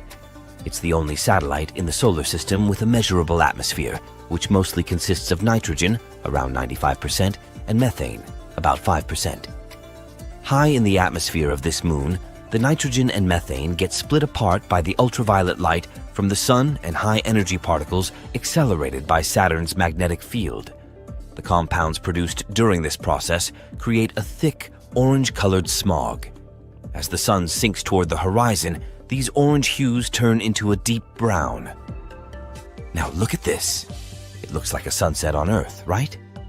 But it might actually be what it looks like on Saturn. We have to say might because, just like all images from space, we can rarely get the color right. They are neither true nor false. They just represent the physical processes underlying the subjects of the images. As for the photo of a sunset on Saturn, it's hard to say if it looks exactly like this before we get more scientific data. Scientists found an entire city of Gaiangola that was hidden beneath the dense jungles of Mexico for 600 years. It covers 360 hectares, had over 1,000 buildings, 2.5 miles of defensive walls, a network of internal roads, and a well-planned urban layout with temples and ball courts, and separate neighborhoods for the elites and commoners. For centuries, people believed there was just an abandoned fortress there, based on stories passed on from generation to generation. Until recently, there was no way to see how truly huge it was without spending years on the ground. But thanks to the new technology, a remote sensing tool called LiDAR, they got a 3D model of the area in just 2 hours from a plane. Gaiangola was built between the years 1350 and 1521. It was a crucially important place for the Zapotec people, a group that had lived in the area since around 700 BCE. In Gaiangola, families lived together in homes with big patios in the middle, surrounded by rooms. When families got bigger, they built more rooms and made their homes larger. The study found that both the leaders and regular people worked together to make the city better. Because Gaiangola was surrounded by mountains, they used this land wisely and built their houses in a way that fit the slopes and let rainwater flow naturally. This helped keep their homes safe and strong. They were built so well that many of these buildings are still standing, even after hundreds of years. There are 2 pyramids in the center of the city. They may have been used as temples where the priests celebrated rites and ceremonies to their deities. The priests brought offerings to the altars, and the people assembled at the 2 squares that are now sunken. Then, there is also a palace with 64 rooms, some of them with circular columns on several sloped terraces. There are patios with many stairways all connected to each other. The sensing tool also found a round-shaped lookout point on a natural rock, where the Zapotec people could see their foes approaching from a distance. Researchers also noticed 2 circular structures that could have been used to watch the stars and measure time. They also found some tombs, so there was most definitely a city cemetery.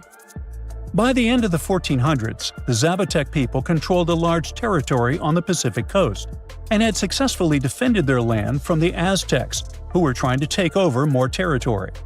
They did the almost impossible and survived a 7-month-long siege at Gyangola.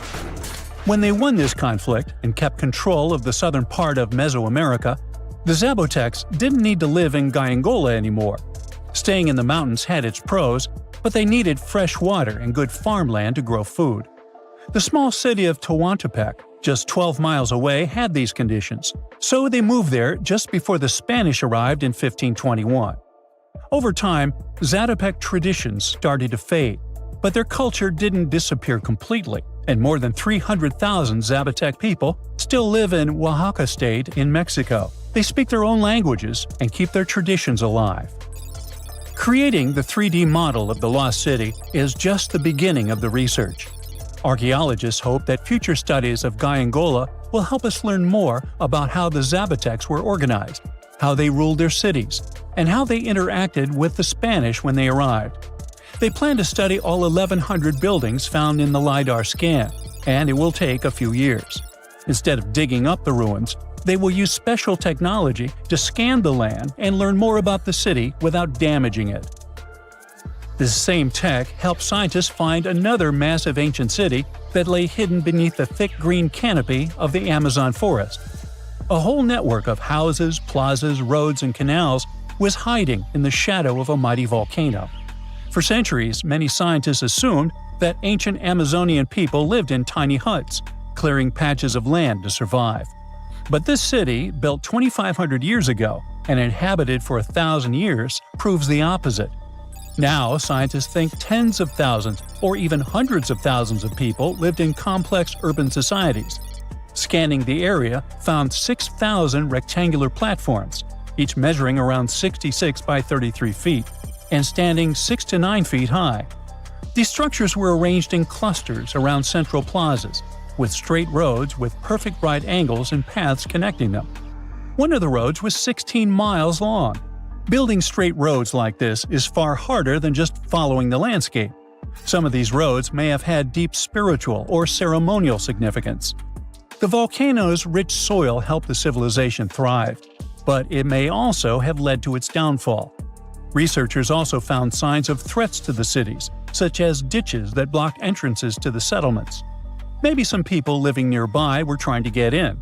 The next step for the researchers will be studying the adjoining 116 square miles to know more about this large, complex society that could be bigger than the well-known Mayan societies in Mexico and Central America.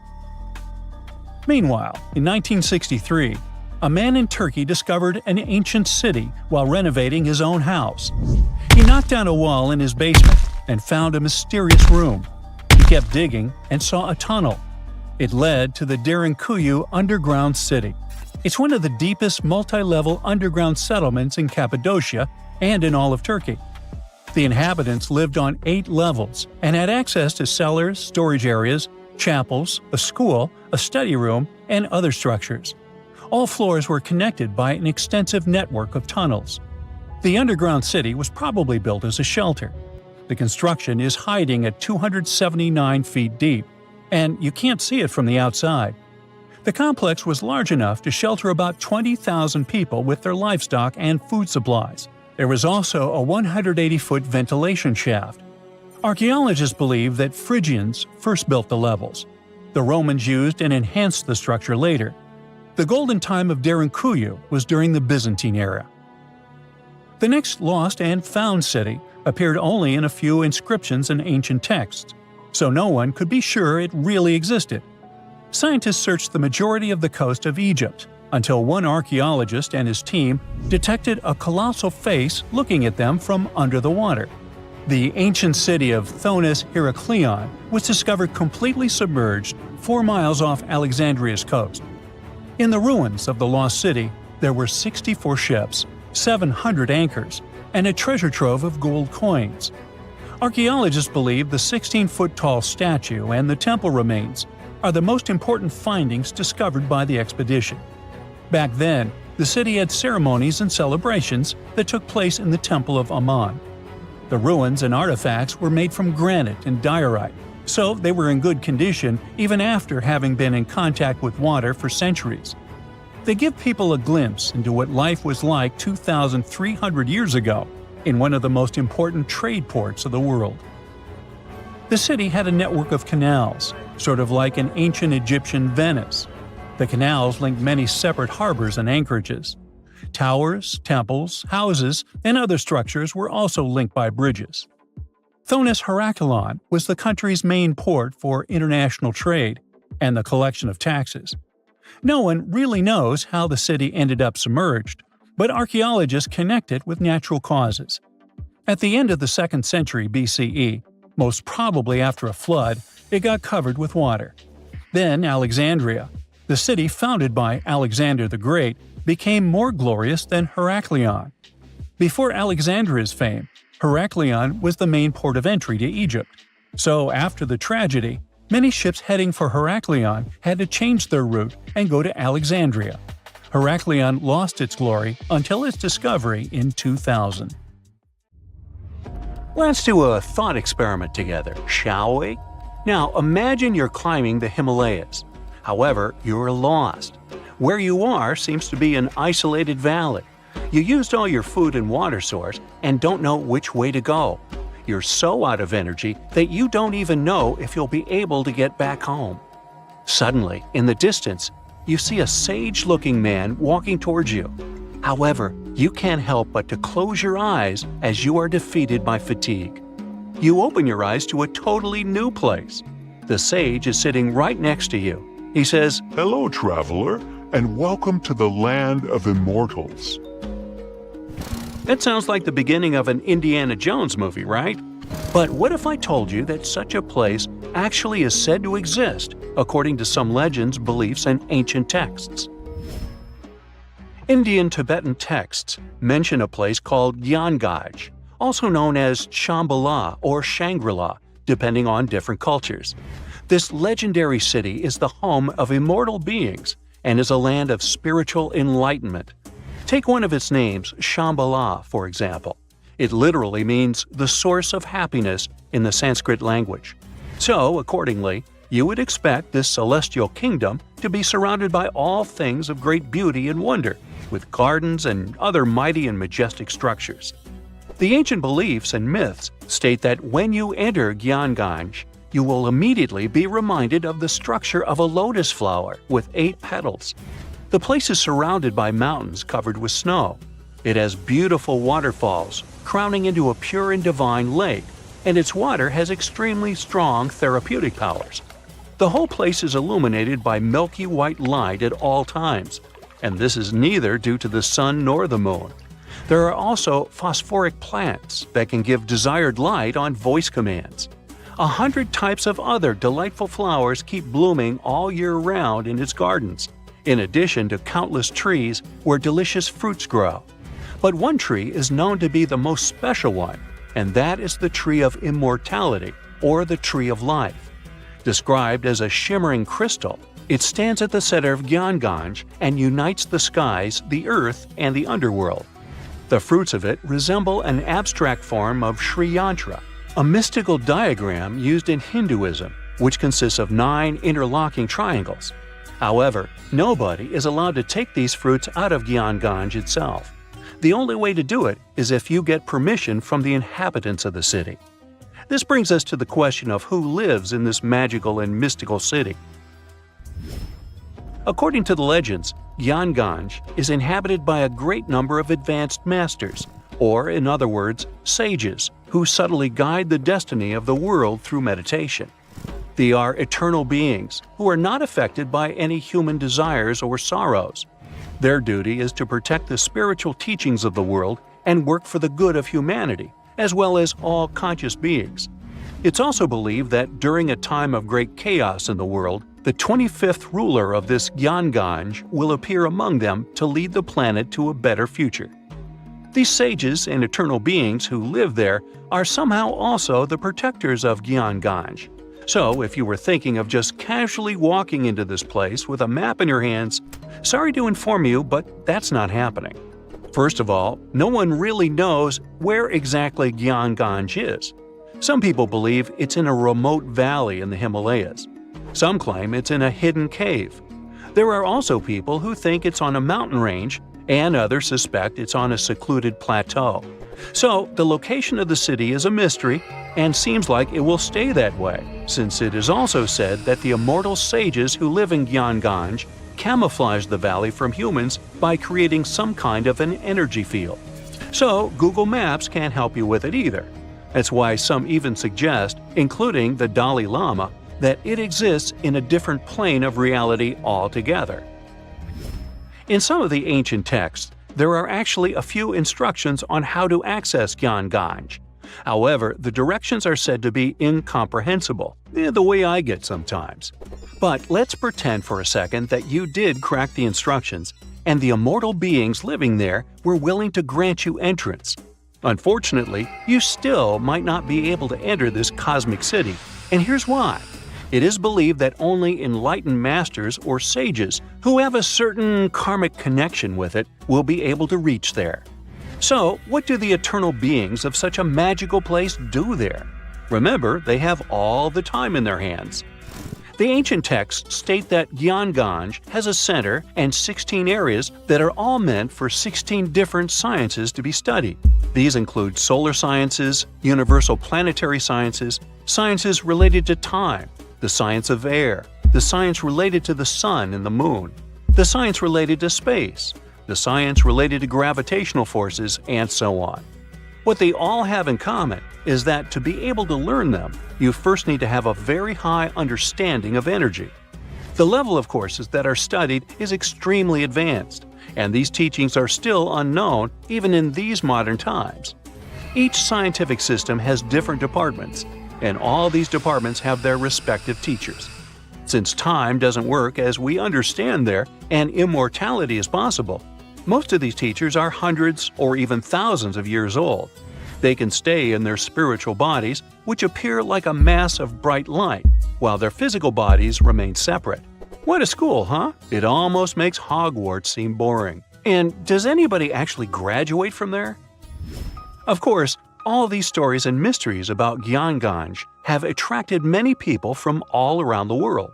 Countless attempts to find this land of immortality and spiritual awakening have been made by mountaineers and trekkers, including President Franklin Roosevelt himself. But as you might have guessed, they led to nothing.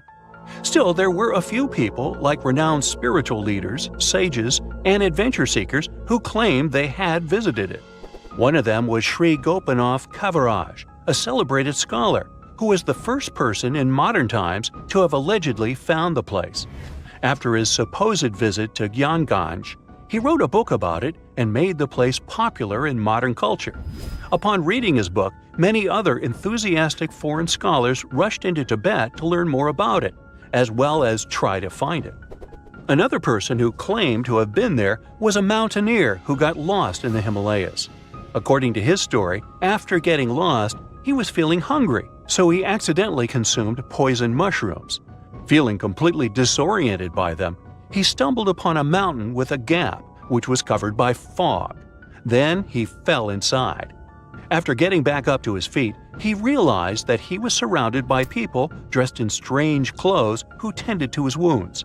After he was fully healed, they escorted him out of the city. Then there was the spiritual leader, Guru Sai Kaka, who revealed to the world about his not one, but many visits to Gyanganj. As per his narration, he claimed to go there, seeking spiritual and immortal teachings. He stated that a sage escorted him into the city every time he visited the place.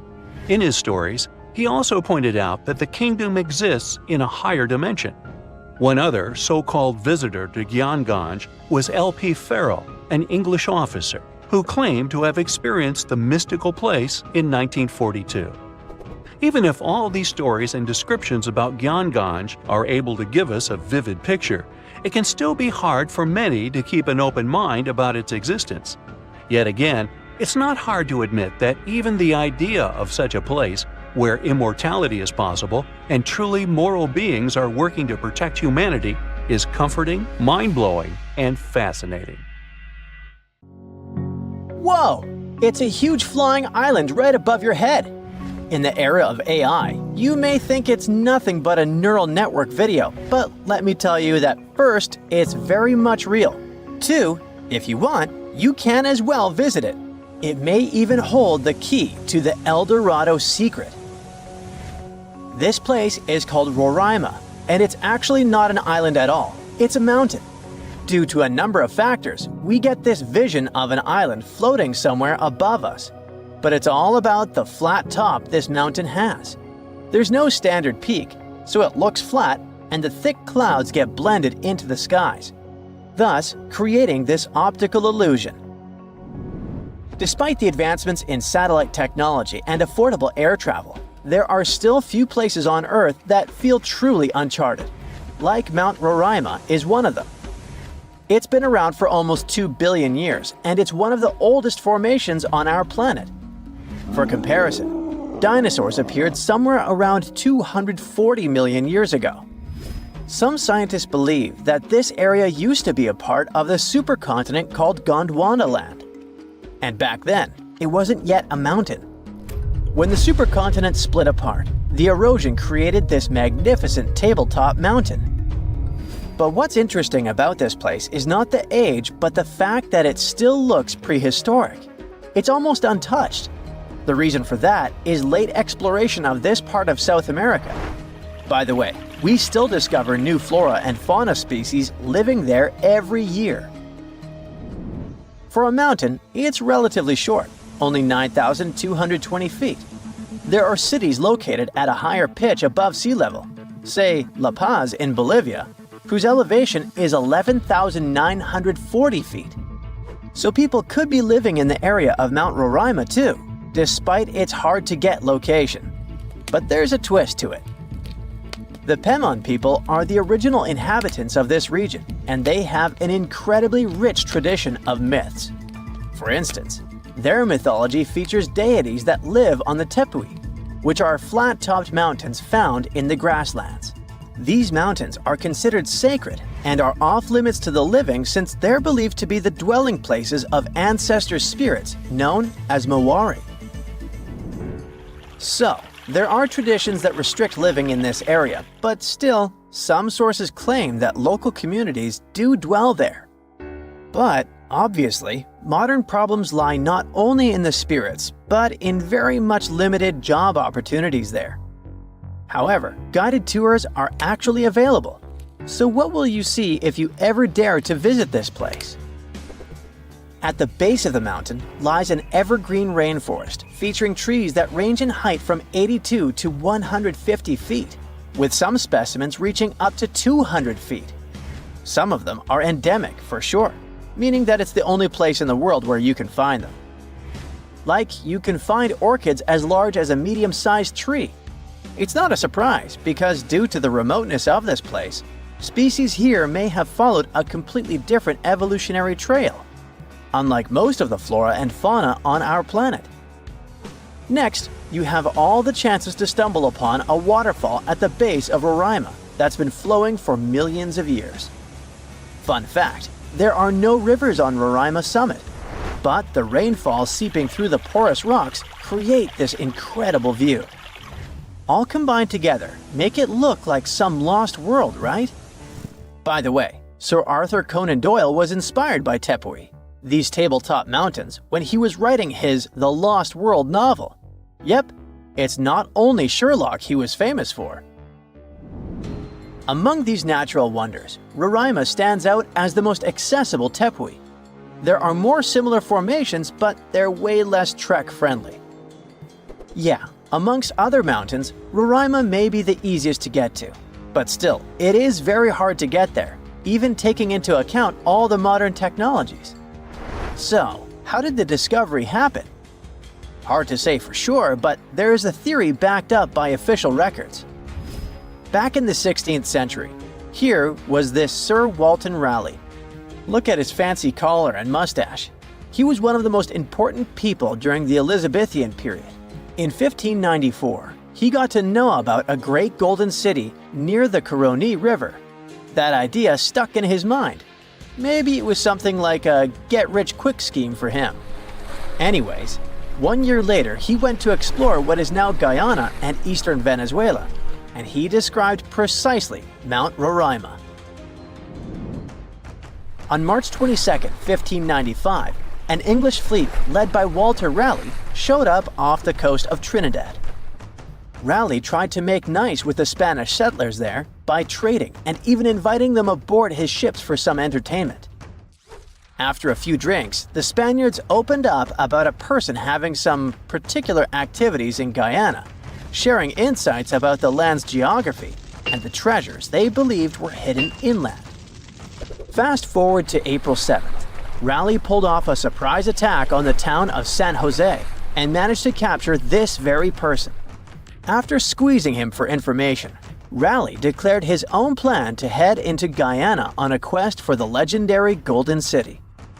Since his ships couldn't navigate the narrow channels of the Orinoco Delta, Raleigh had his carpenters modify one of them, likely a galleass, to only draw 5 feet of water.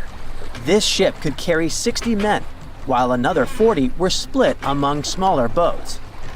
Progress was slow as they navigated through the delta, getting lost in what Raleigh described as a labyrinth of rivers.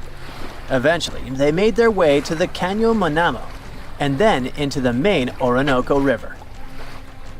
A bit further upstream, where the Orinoco meets the Coroni, Raleigh encountered a native chief named Topiawari, and they hit it off. Topiawari revealed that his people had been pushed out of inland Guyana by a fierce tribe from the west. This fed into the prevailing belief, shared by both the Spanish and Raleigh, that El Dorado was home to runaway Incas from Peru. Topiawari also mentioned that the invading tribe was rich in gold, claiming that their nearest town, just a 4-day trek south, was the source of gold plates that were being traded far and wide. But he hinted that even finer treasures lay deeper in the land. Raleigh then made his way to the mouth of the Coroni, but strong currents halted any further progress. He sent out 2 scouting groups on land, while he led a third one. They unearthed a few shiny stones that they eagerly dug out of the ground, but most turned out to be worthless. They learned that a massive lake about 40 miles wide lay at the head of the Coroni, filled with alluvial gold. However, with no way to move forward and the Orinoco's waters rising, Raleigh had to call off the expedition, hoping to come back when conditions were better. It wasn't until 1616, over 20 years later, that Raleigh got the go-ahead from James I for a second try in Guyana. He assured the king he could retrieve a lot of gold from a mine near the Coroni that he had heard about on his earlier trip. James specifically ordered him not to clash with the Spanish, who were still controlling the Orinoco area. When Raleigh arrived in South America, he stayed on the ship while sending Lawrence Kemmys and a team to look for the mine. For reasons that remain unclear, Kemmys ended up attacking and capturing the Spanish town of Santo Tomé, resulting in the demise of Raleigh's son Watt during the skirmish. Unable to find the mine, the crew returned to the ship, and facing Raleigh's anger, Kemmys took his own life. Back in England, Raleigh was put on trial for allegedly lying about the mine and trying to provoke a conflict with Spain, which ultimately led to his execution. Or maybe those were the Maori spirits who didn't appreciate the intrusion. Something strange is lurking beneath the sands of Giza, and scientists have no idea what it is. Archaeologists just found a hidden structure near the Great Pyramid using advanced ground scanning technology. What's inside? Nobody knows, but excavations are already underway. The Great Pyramid of Giza is one of the most famous monuments on Earth, but it doesn't stand alone. It's surrounded by an ancient necropolis, a massive royal graveyard filled with tombs and monuments. They belong to pharaohs, nobles, and other high-ranking officials. Most of these tombs are above the ground, They're called mastabas, rectangular, flat-roofed tombs built from limestone or mud brick, and they've been studied for decades. But from old movies, we know that these weren't simple graves. They have deep vertical shafts leading to underground burial chambers, where the past was sealed away for eternity. And recently, archaeologists found one curious empty space in the cemetery, a completely unexplored patch of ground. No mastabas, no visible ruins, nada. For years they ignored it, but between 2021 and 2023, they decided to investigate. They didn't dig though. Instead, they used a technology that kind of acts like X-rays for the ground. These radars let scientists see the secrets hidden there. And there was something hidden beneath the sand, something deliberately buried and forgotten. A two-part underground structure. One part was shallow and L-shaped. It's about 33 feet long and buried just 6.5 feet deep. But below that, a deeper, more mysterious anomaly, a structure completely different from anything else in the area. They called it a highly resistive anomaly, which means it's dense and solid, likely made of stone, sand, or even metal. And still, no one has a clue what's inside it. Now, it's clear that humans made the L shape. It wasn't formed by nature. And the shallower structure might have been an entrance to whatever is hidden below. But they only have some theories about what might be hidden there. It's also filled with sand and gravel. It was probably deliberately backfilled after its construction, perhaps to preserve this. Why? Well, we don't know yet. The archaeological team will need to excavate to understand what exactly this thing was and why it was built. The first guess is a lost burial chamber. Many tombs in Giza have underground burial sites, but most have clear surface markers. This one, for some reason, has nothing, but it could be one of them. The second guess is an ancient offering chapel. Egyptologists know that some chapels were built in this shape, but usually they were above ground, not buried like this. And finally, it might be something we've never seen before. If this turns out to be a new type of structure, it could rewrite what we know about the burials of pharaohs. The only way to know for sure is to dig it up, and that's exactly what's happening right now. Excavations are already underway. Archaeologists are racing against time to uncover the truth. But there's a real danger there too. Giza's fragile ancient structures need to be handled carefully. Otherwise, they could be damaged beyond repair. So all we can do is wait for the truth. Now, these tombs always held fascinating mysteries. Unfortunately, we'll never learn tons of these mysteries because of some relentless tomb robbers. Egyptian tombs were built to guard the bodies for eternity. But that absolutely didn't stop people from breaking in and stealing everything valuable inside. They've been bothering these ancient sites for thousands of years, starting way back in Pharaoh's times. Many of the most famous tombs, including those in Giza, Saqqara, and the Valley of the Kings, were looted. It was a common practice in ancient Egypt. And they were serious about this whole thing. They dug secret tunnels to bypass traps and walls, bribed or threatened tomb workers to get inside knowledge, cracked open sarcophagi to grab gold, jewelry, and artifacts. And by the time modern archaeologists got to most of these tombs, they had already been picked clean. The reigning pharaohs got tired of this infuriating nonsense. The Valley of the Kings, the famous burial ground of Egyptian royalty, was supposed to be the ultimate safe zone. Tombs were built deep underground, hidden in the desert. Passages were sealed with giant stone blocks. False doors and traps were added to confuse thieves. Even curses were written on the walls, warnings of horrible endings for anyone who dared to disturb the tomb, which is exactly where we got all those horror stories about mummies from. Spoiler alert, none of it worked. Most tombs in the Valley of the Kings were fully robbed within 100 years of being sealed. Even King Tutankhamun's tomb, one of the most famous in history, was broken into twice in ancient times. Some of them decided to try and fight back. The New Kingdom rulers built hidden unmarked tombs in a way that should have prevented the looters from finding them, but didn't work. Some pharaohs, like Ramses II, were moved in secret to prevent their bodies from being stolen. Nope, didn't matter. The grave robbers always won. That's because tomb raiders weren't just random thieves. They were skilled, organized, and well-connected. They knew exactly where to look. Many were the ones who had built these sites in the first place, and they knew where the entrances were. If they couldn't smash through the doors, they'd dig through the walls, floors, and even ceilings to break inside. They also worked fast, often within a few years after the tombs were sealed, before anyone forgot where the valuable stuff was. The Khufu's pyramid, the one that's next to this newly discovered structure, was looted long before modern times. The one thing left inside when explorers got there? An empty granite box where the sarcophagus used to be. Unfortunately, it's not just about gold. History itself gets stolen during these raids. Ancient Egyptians wrote detailed records of what exactly and where they buried. So when archaeologists compare these lists to what's found, they can see what's missing, which is often everything valuable. Most artifacts don't end up in museums. They just disappear into private collections, where they can never be studied again. Which is, of course, completely unfair. In fact, a few countries have had enough and started passing laws to take historical artifacts back from private collectors. In Italy, if you own an ancient Roman artifact, you must prove you got it legally.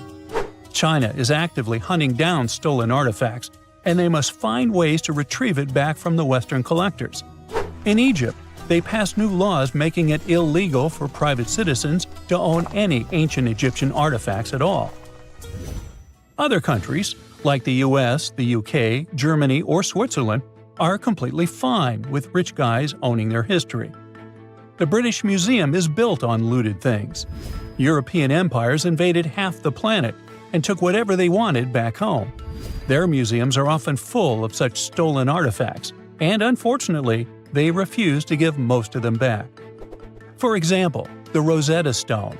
It was taken from Egypt by Napoleon's army, then stolen again by the British after they beat the French. Egypt has been demanding to return for years, but they still can't get it back. Or the Parthenon marbles. These magnificent massive Greek structures were taken from the Parthenon in Athens by a British lord in the 19th century. Greece has been begging for them back ever since, but the UK doesn't feel like it. Not to mention tons of Mesoamerican artifacts scattered in various museums across the world. European explorers raided Mayan and Aztec temples, took statues, jewelry, and sacred objects, and now Mexico is fighting to get them back. Well, wouldn't it be surprising even if this mysterious underground chamber has somehow been looted already? But if it's a newly found place, could it be one of the few that escaped the hands of grave robbers? Could there still be ancient artifacts, untouched for 4,500 years? We can only hope that those guys didn't get there first. Okay, what if I tell you that the extraterrestrials we all imagine as little green men may actually look like very normal Earthlings and chill in Europe? This is the Iberian Peninsula, and people living there are under suspicion. Ooh. Here's the reason. Somehow, parts of the most important artifacts that the Iberian civilization called Treasure of Volena are made of metal that simply can't be found on Earth, because it's metal from a meteorite. Now let's tackle this step by step. This is the artifact itself, and it's composed of 59 different objects. Bowls, bottles, and bracelets. Is there a pattern there with all those bees? In total, the find weighs around 20 pounds, of which 18 pounds are 23.5 karat gold. Now, if you're not a metal specialist, I'll clarify it for you right away. For comparison, 23 karat gold is 95.8% pure gold, so 23.5 karat is even purer. The remaining percentage goes to other metals to help add strength and durability to the precious alloy. There was also silver, iron, and amber in that set. The artifact could have been pretty straightforward, but for these two, let's call them imposters. Look at this wrought iron bracelet and this hollow hemisphere. Can you see that? Those rusty lines on the hemisphere and the overall weird color of the bracelet do stand out, since everything else is made of purest gold. This all started back in 1963, when a researcher noticed a dark leaden metal among the shiny bowls and bottles. The metal was shiny in some areas and covered with a ferrous-looking oxide that was mostly cracked. Now, just so you understand, gold does not usually act this way. Gold is one of the least reactive of all metals, so it won't even tarnish, let alone rust.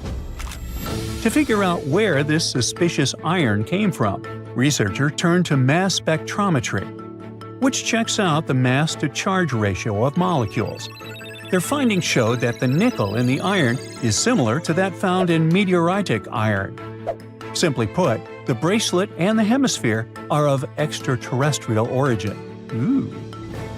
Now, the exact age of the trove is hard to determine, yet it's crucial. We need to know the exact age to see if it coincides with the start of the Iron Age in the Iberian Peninsula. If it does, then no further questions here. But if it doesn't, well, it's, at the very least, weird, if not suspicious. So there's this three-age system. It comprises the Stone Age, then the Bronze Age, and then the Iron Age. The Stone Age is of no importance here, so let's compare the Bronze and the Iron Ages. The Bronze Age began when it was realized that combining copper and tin produced a material that was more durable than either metal alone.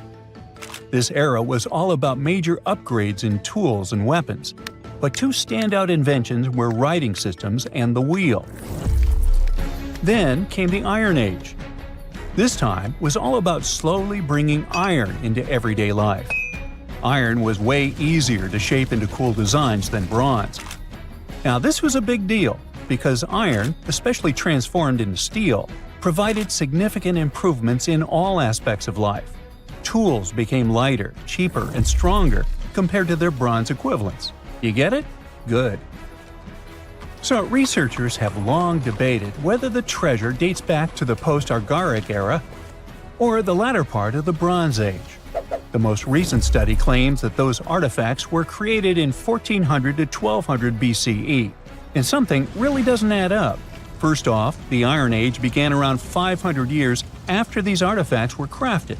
Plus, ancient craftsmen couldn't know back then how to work with metals that landed on Earth approximately 1 million years ago.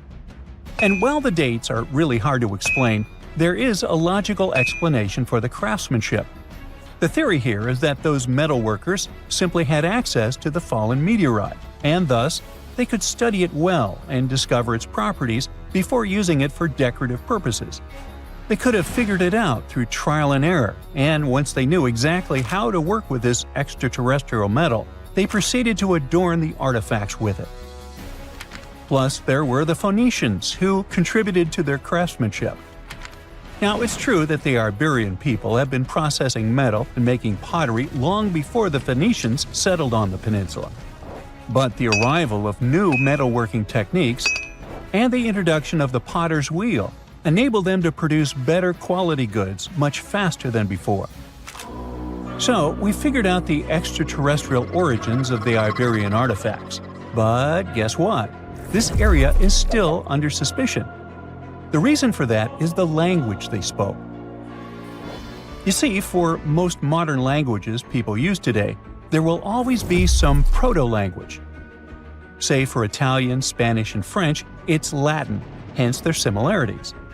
But wait, Iberian was largely spoken where modern Spain is, so why isn't Spanish similar to it? Well, the truth is, no language today is similar to the Iberian.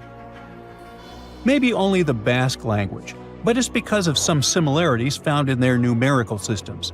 Basque is classified as a language isolate, or simply unrelated to any other known languages, and the only language isolate in Europe. The Iberian language is unclassified. While the scripts written in it have been deciphered to various extents, the language itself remains largely unknown. And look at the alphabet the Iberians had. Looks like it doesn't really belong to our planet. But hold up, this one might be a bit of a stretch. When the Phoenicians came to the peninsula, they brought along their alphabet to the Iberians. But honestly, the Iberians probably weren't keen on just copying someone else's writing system, so they tweaked it until it looked completely different. Let's just say they took some inspiration and ran with it.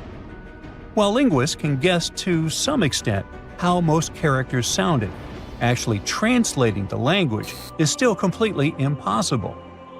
The Iberian language was non-Indo-European and faded away over 2,000 years ago.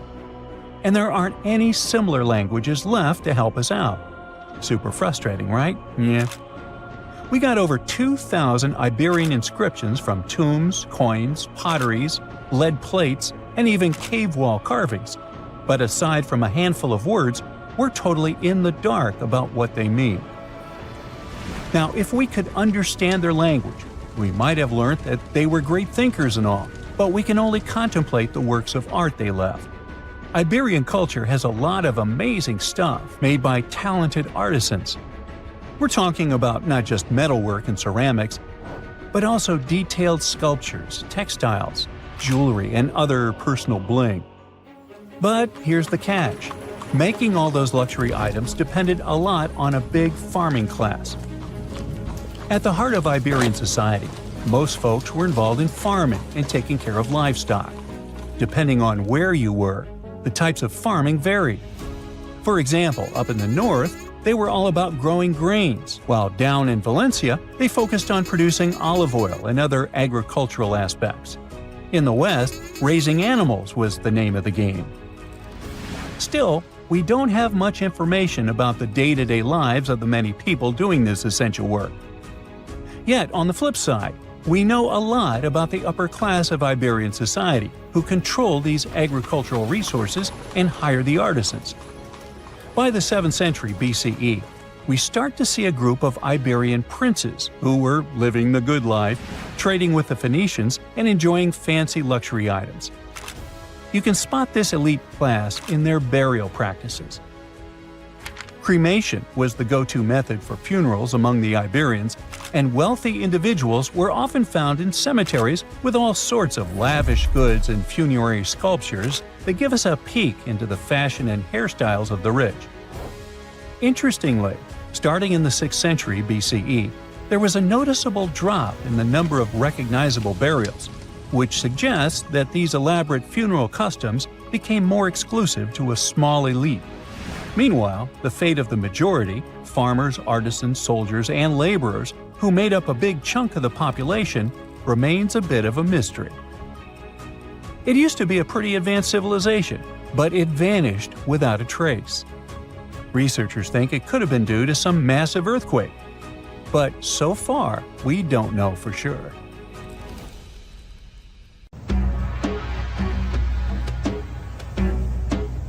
This is not a dune set.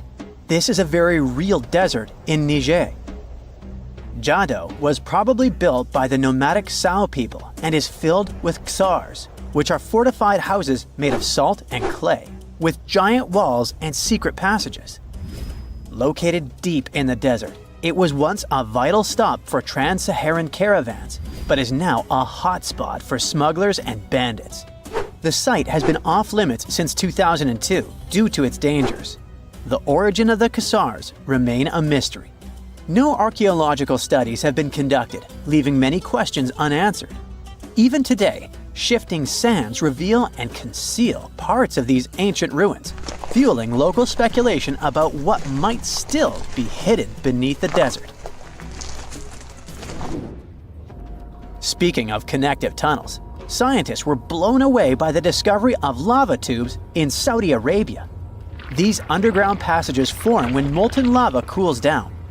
Researchers believe that ancient nomadic groups may have utilized these tunnels to survive the super harsh desert climates. While excavating the tunnels, archaeologists uncovered artifacts, rock art, and skeletal remains. The art and animal bones show that the people who used the tunnels were probably sheep and goat herders. They're still piecing together whether these groups lived in the tunnels for extended periods or just used them as temporary shelters. The Great Pyramid of Giza has been standing for thousands of years, but it's still hiding secrets. Using special scanning technology, scientists found two hidden structures under an ancient burial ground. The first is a shallow L-shaped structure, and below it is a much larger space that could be a final resting place or a chamber. The smaller structure was filled with sand on purpose, while the deeper one might be an empty chamber. Experts believe the two are connected, possibly as an entrance leading to a secret chamber.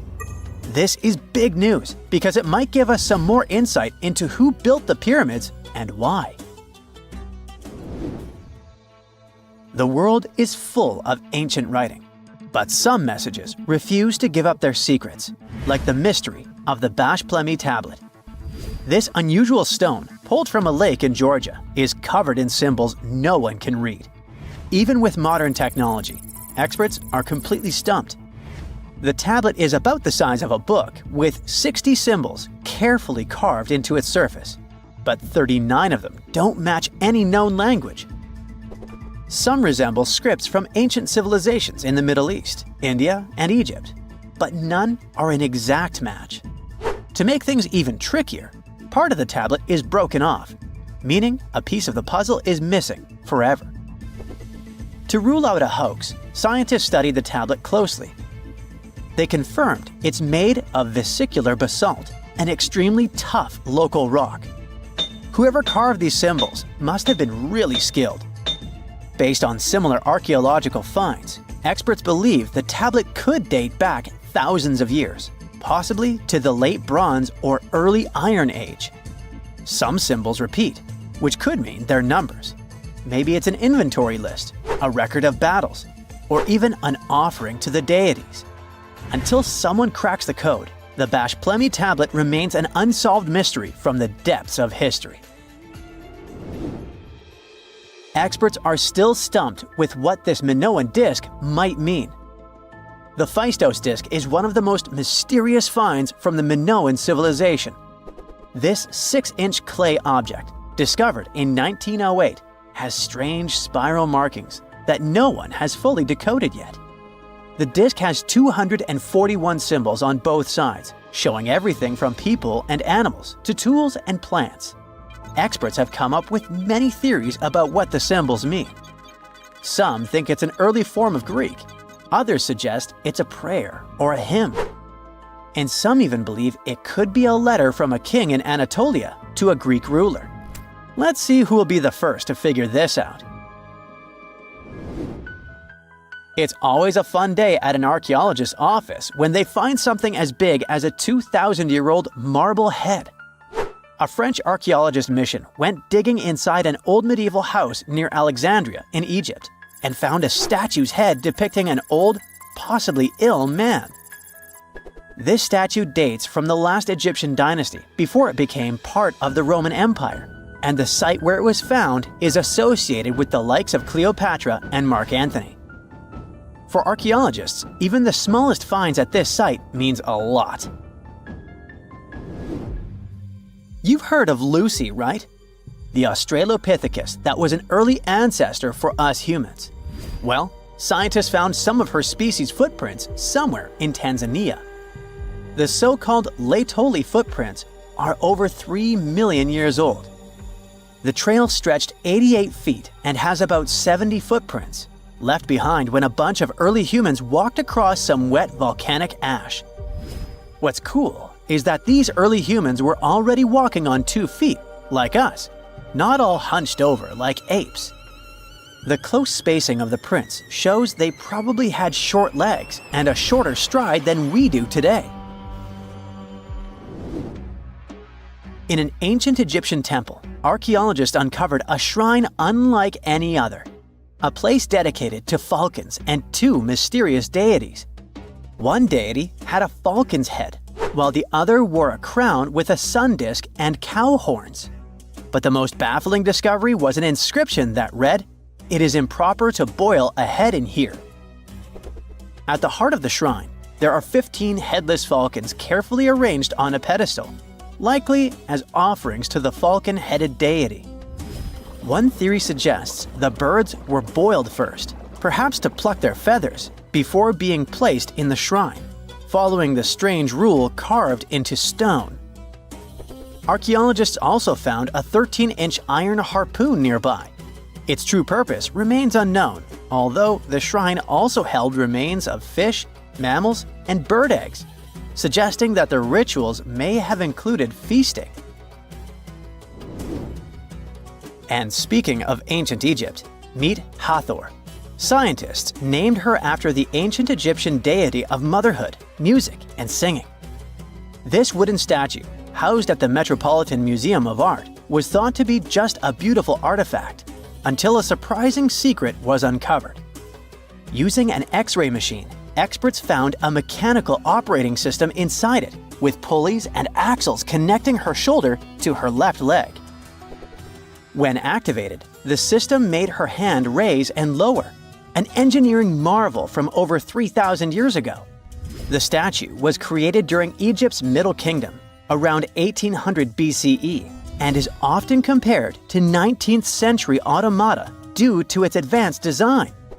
It's believed the statue was used in religious ceremonies, symbolizing Hathor's role in dance and music.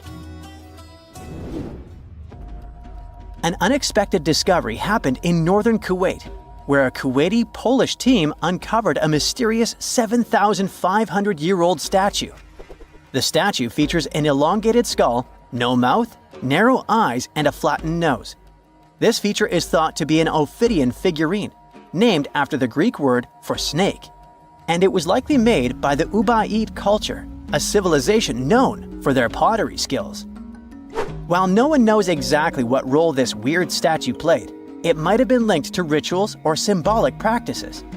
Some scientists think these figurines, found in homes or final resting places, were tied to important cultural beliefs. We couldn't mention unresolved mysteries of this world without speaking about these elongated skulls. In the deserts of Peru, researchers uncovered 5 ancient skeletons, 2 with unnaturally elongated skulls. While head shaping was common in many cultures, these skulls defy explanation. Local legends tell tales of the so-called Gentiles, a mysterious race banished underground by the powerful deities. Some say this is what the skulls represent. Others think this is some type of genetic anomaly, which was confirmed after finding an infant skull, too large to be artificially shaped. Stonehenge took approximately 20 million man-hours to build. For comparison, an average human doesn't live much over 700,000 hours. This is Jack, one of the first builders of Stonehenge. Let's say Jack lived to be 80 years old, which is extremely improbable, but it makes it easier for me to crunch the numbers, thanks.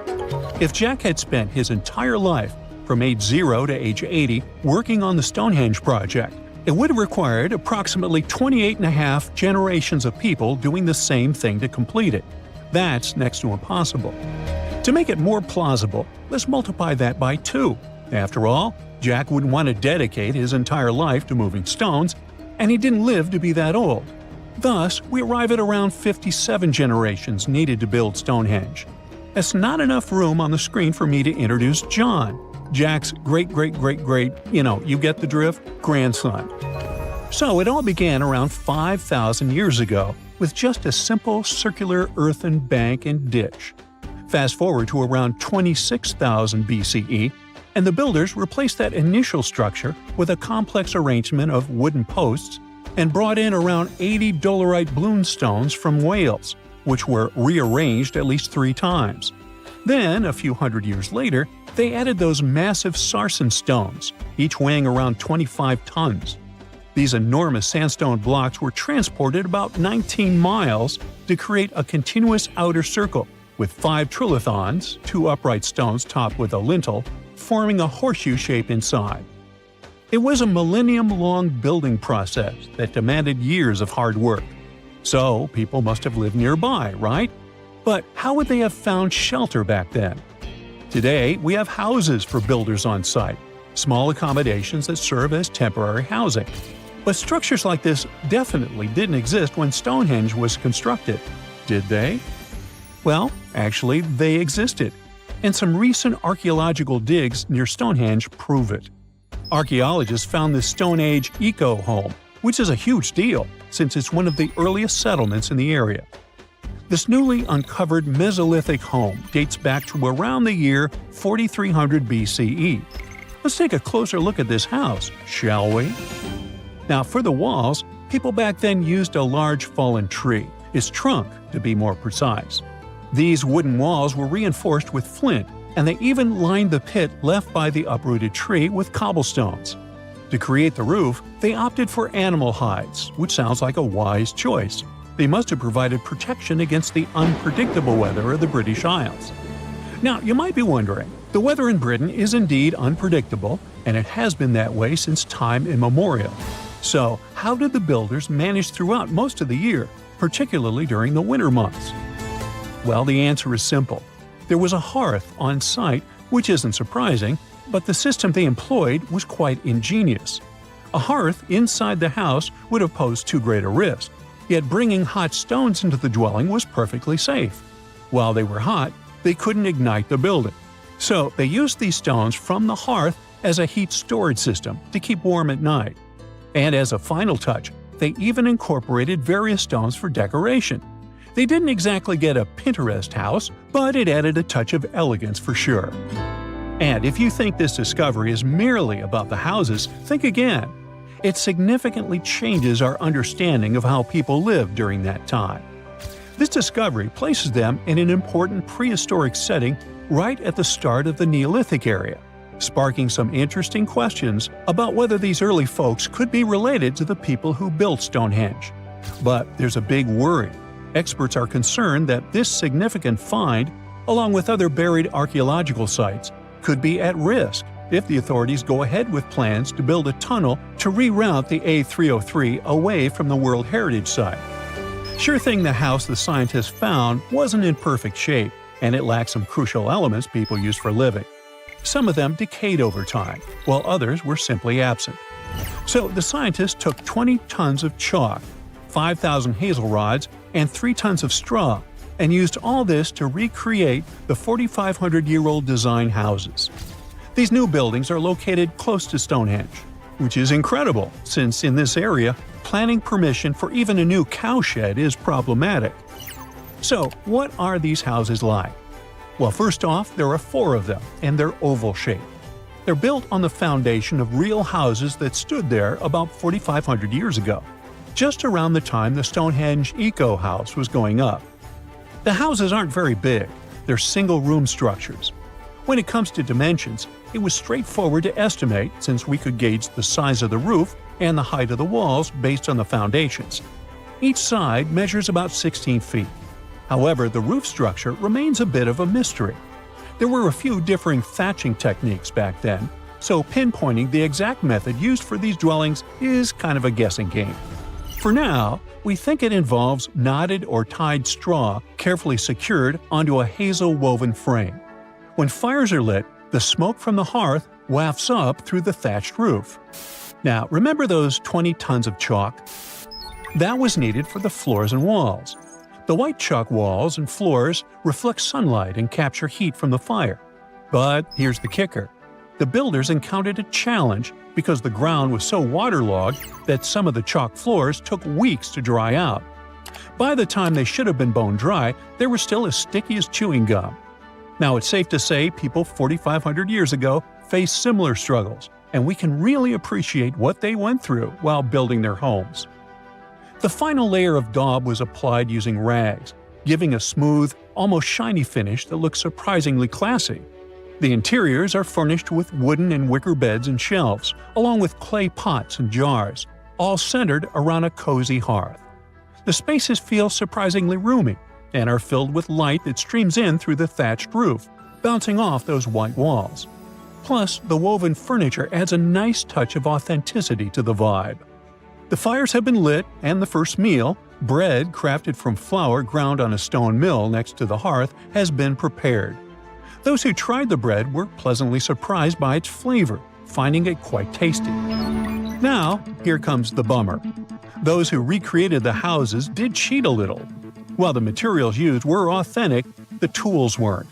They used cement mixers to mix the daub, wheelbarrows to transport the timber, and logs by the hearth were split with steel axes instead of stone ones. Still, the builders aren't professionals, they're volunteers. So I think a bit of cheating is totally cool in this case.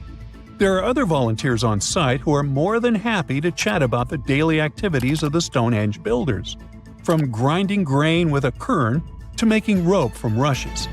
But these houses, and the Eco House, aren't the only remarkable things in the Stonehenge area. Some years ago, archaeologists uncovered a burial site close to Stonehenge that predates the monument itself. This Neolithic long barrow, dating back approximately 56 to 5,700 years, likely contains the remains of some of Britain's earliest inhabitants. The burial site was identified through aerial images that revealed its distinct shape beneath the crops. Salisbury Plain is rich with ancient sites, including Stonehenge, various mounds, and monuments. The area has remained undisturbed over the centuries, which is likely why so many ancient structures are still intact.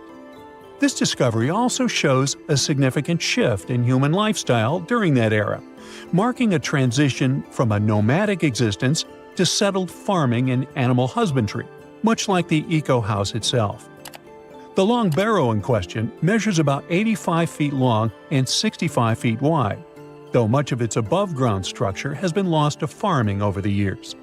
If this site is like others in the vicinity, it contains the remains of 30 to 50 individuals, along with cow skulls, which were significant to those early communities. We all know some iconic symbols. The Statue of Liberty screams USA. The Eiffel Tower represents Paris. And this mask? Undoubtedly, it's Tutankhamun's, right? Sometimes it feels like historians have squeezed every last drop out of the King Tut story. But guess what? The most obvious details often slip right under our noses. Like the fact that this famous mask didn't actually belong to him, nor was it ever meant for him. Stick with me for the details. Can we get a close-up of that mask? Thanks. See those holes? Yep, they're for earrings. And no, it's not that they had anything against jewelry, but back in ancient Egypt, earrings were typically worn by high-status women or kids. Now, if you know your history, you might say, but Tut was a boy king, wasn't he? You're spot on. He began his reign at just 9 years old. Sadly, that didn't last long as he passed away at a very young age. So when he was 9, he might have worn earrings, but he probably took them off when he hit that no earrings age. Sounds reasonable, right? Actually, not quite. That would have been pretty strange since nobody expected him to pass away young. Certainly not at 9.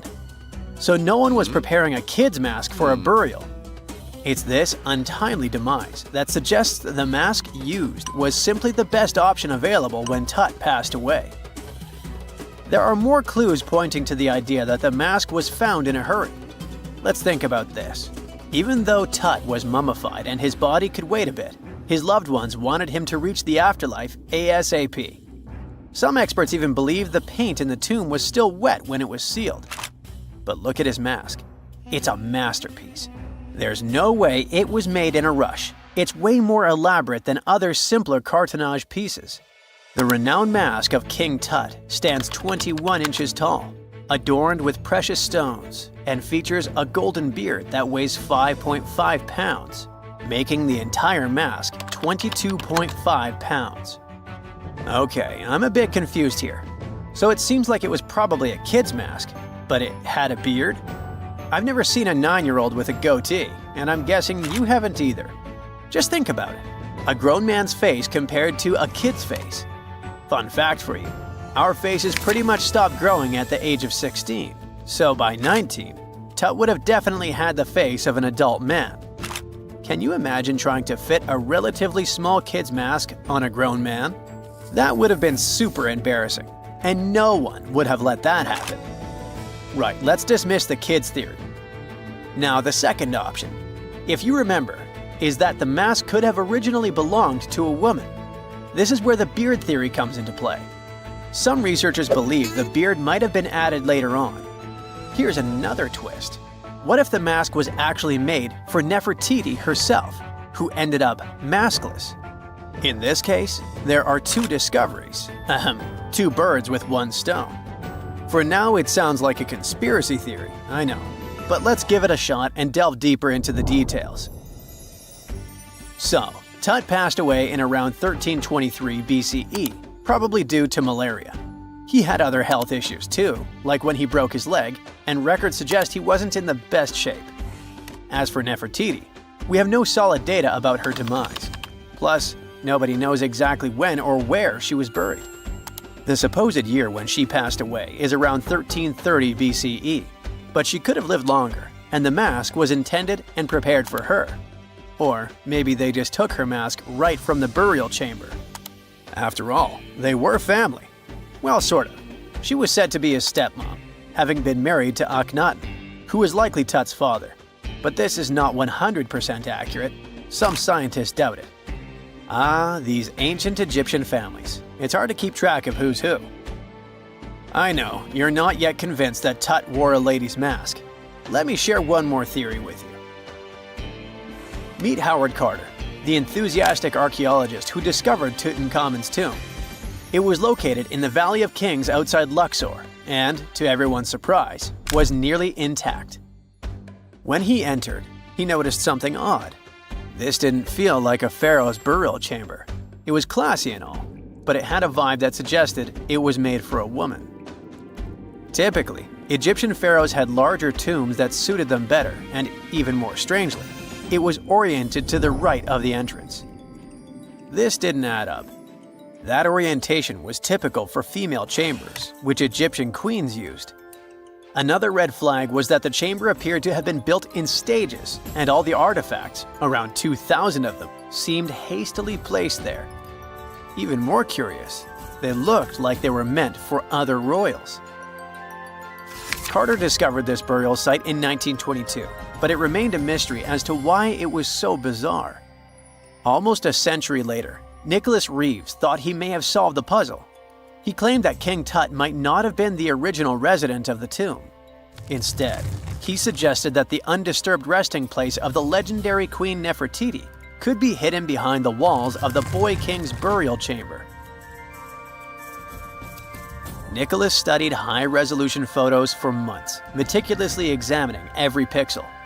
One day, he focused on detailed scans that revealed the texture of the tomb's walls beneath layers of paint. He spotted what he believed to be outlines of two doorways that had been blocked and plastered over to hide them from view. The more he looked, the more it seemed real. Could it be a tomb within a tomb? Nicholas theorized there was a hidden storeroom behind the western wall of King Tut's tomb, and his chamber might just be the outermost section of a larger corridor-style network of rooms. It all sounds fancy, but sorry to break it to you.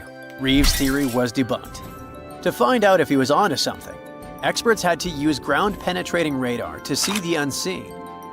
Reeves' idea was that if there were gaps, it could indicate the presence of additional rooms. And at first, in 2015, one expert even thought he had found a hidden room. But the glory didn't last for long. A year later, after double-checking, it turned out there were no hidden doorways. By the way, Nefertiti isn't the only legendary woman from Egypt whose burial site remains a captivating mystery. There's a cool legend about Cleopatra that you might enjoy. It's said that she once declared, "No man will ever find my tomb." Kind of fitting, right? After all, the person who's come closest to uncovering her final resting place is a woman. Fast forward a few millennia after she passed away, and while no man has located it, archaeologist Kathleen Martinez believes she might have cracked the code. She's been on the quest for Cleopatra VII's tomb for nearly 20 years, and recently discovered a bust that she thinks represents the famous queen.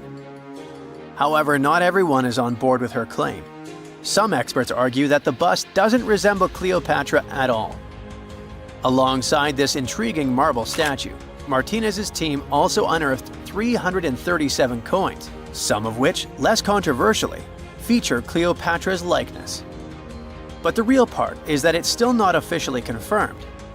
There's no doubt about the existence of the small bust. It's carved from white marble, fits in one hand, and shows a woman wearing a royal crown, according to a translated statement from the Egyptian Ministry of Tourism and Antiquities. The big question, though, is who it actually depicts. While Martinez insists this statue is a representation of Queen Cleopatra VII, many other archaeologists argue that the facial features don't match, suggesting it likely belongs to a princess instead. Sorry, I can't resist the temptation of breaking the magic for a moment. Some folks believe that the whole idea of "no man will find my tomb" is misunderstood. Even if she did say it, what she probably meant was "no living soul," and it wasn't about gender at all. It can as well be just a beautiful legend. Toodaloo! The first photograph was taken in 1826. Yeah, there I am, way in the background. I'm waving. From then on, we've had countless images taken all over the world. Back in the day, if you really wanted your portrait taken, you needed a painter to help you with it. You would have had to stand still for long periods of time, making sure the light was just right.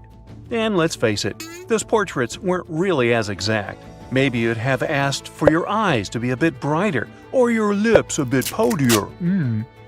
When it comes to famous people in ancient history, there's not much we can do in terms of photography. It's simple. There aren't any pictures or famous ancient people. We can try to imagine what they look like based on their paintings or on texts written about them by highly regarded scholars. Fortunately, more and more as years go by, this lack of knowledge will become a thing of the past. Enter forensic facial reconstruction. With the help of this amazing science branch, we can now have a better understanding of what ancient celebrities look like. But how are scientists able to do that, you might ask? Go ahead, ask. Turns out that a person's skull can tell a lot about their appearance. Everything from the brow bone to the distance between the eye sockets can showcase a realistic profile. Even the nasal chamber or the shape of one's chin can influence how your face will end up looking like. It's like the skull is a blueprint for the face. Using these bones, artists and forensic anthropologists can work together to reconstruct your appearance through the magic of forensic facial reconstruction. It's like real-life detective work, but with more clay and less drama. Now, I guess you're thinking, how correct can these reconstructions really be? Well, the finished product may not reflect all the details, sure. You can't tell a person's eye color or skin tone just by studying the skull. Facial hair is equally hard to tell. And if you have plump cheeks that make you look so cute, your skull will never tell the secret. But even with those limitations, facial reconstruction can still show us what someone in history may have looked like. The process itself is pretty cool. A trained sculptor works with a forensic anthropologist to figure out the skeletal features and build up the facial traits using clay. Anthropologists have to consider things like age, gender, ancestry, and any injuries or tooth loss. Scientists can also do such tasks digitally these days with the help of computers and design software. With all these amazing scientific advancements in mind, did you hear the latest news about King Tut's family tree? Well, apparently his possible father, an ancient Egyptian pharaoh, just got a new face makeover. And let me tell you, he's looking regal and serene due to some digital reconstruction magic. But even though this is the most correct representation of him so far, we still don't know for sure who he really is. This fellow was found in 1907 in the Valley of the Kings, just a few feet away from King Tut's tomb.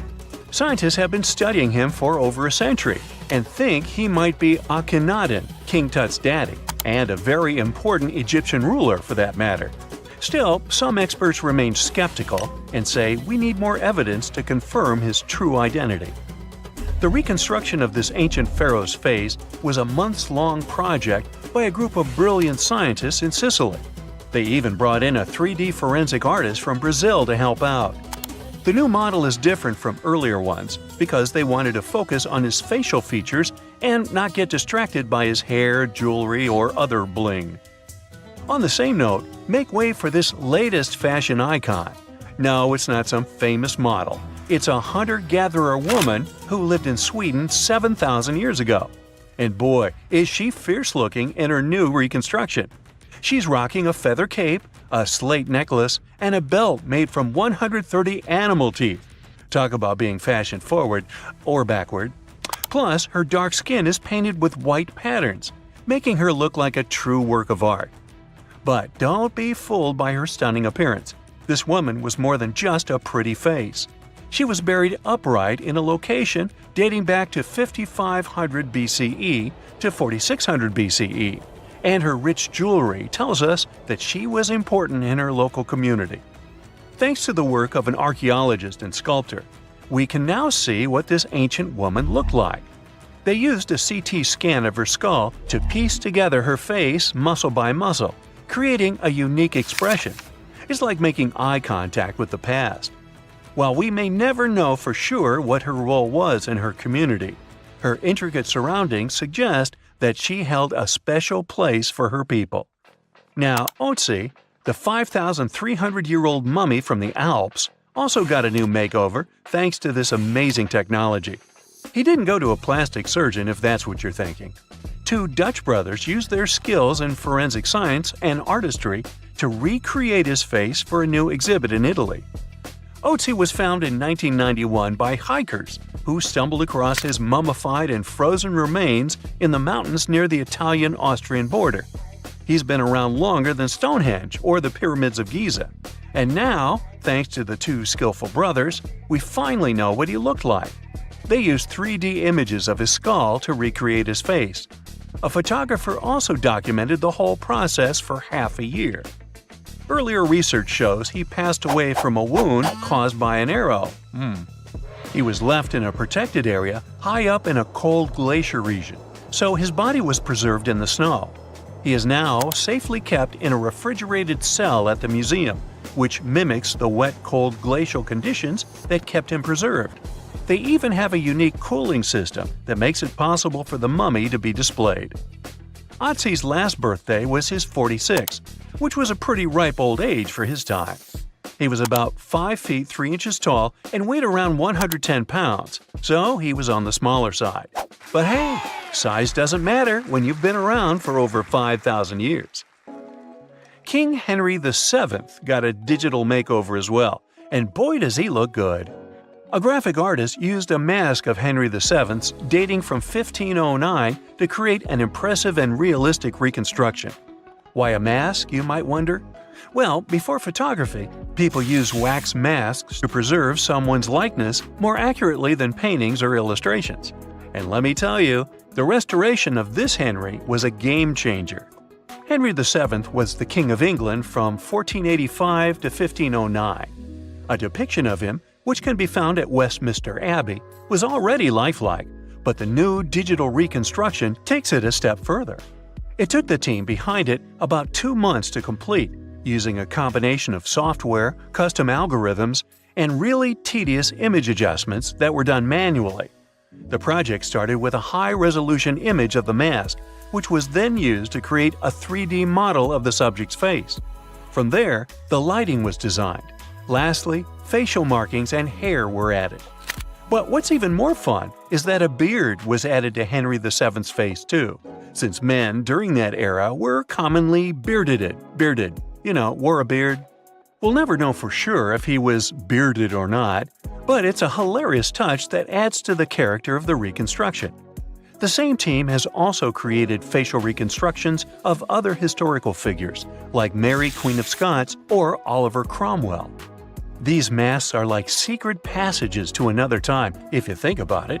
It's amazing how technology can take us back thousands of years to see faces we've only imagined.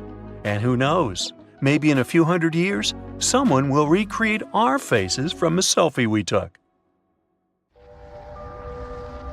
The legend of the Black Knight satellite tells us that a spaceship of extraterrestrial origin has been orbiting Earth for many years. Sounds crazy, right? But over the years, the supporters of the theory have gathered a lot of evidence to prove it. So let's look at it and judge for ourselves. 1899. Famous scientist Nikola Tesla built a giant tower in his laboratory in Colorado Springs. This tower was supposed to allow him to study atmospheric electricity and wireless energy. Everything went fine until one day he discovered something unexpected. The tower began to catch a signal that seemed to be artificial. At first, Tesla thought that the signal was coming from somewhere in the atmosphere, but it turned out that it had been coming from an even greater height, from outer space. Tesla decided that this signal was sent by some extraterrestrial life. However, the scientific community ignored his theory. Although they respected Tesla's genius, they still considered him to be a weirdo. But a few years later, Tesla's reports were confirmed. The inventor of the wireless radio, Guglielmo Marconi, intercepted similar signals. Then in 1927, Norwegian radio engineer Jørgen Hals noticed something unusual. When he sent signals at a certain wavelength, they were sent back to him a few seconds later.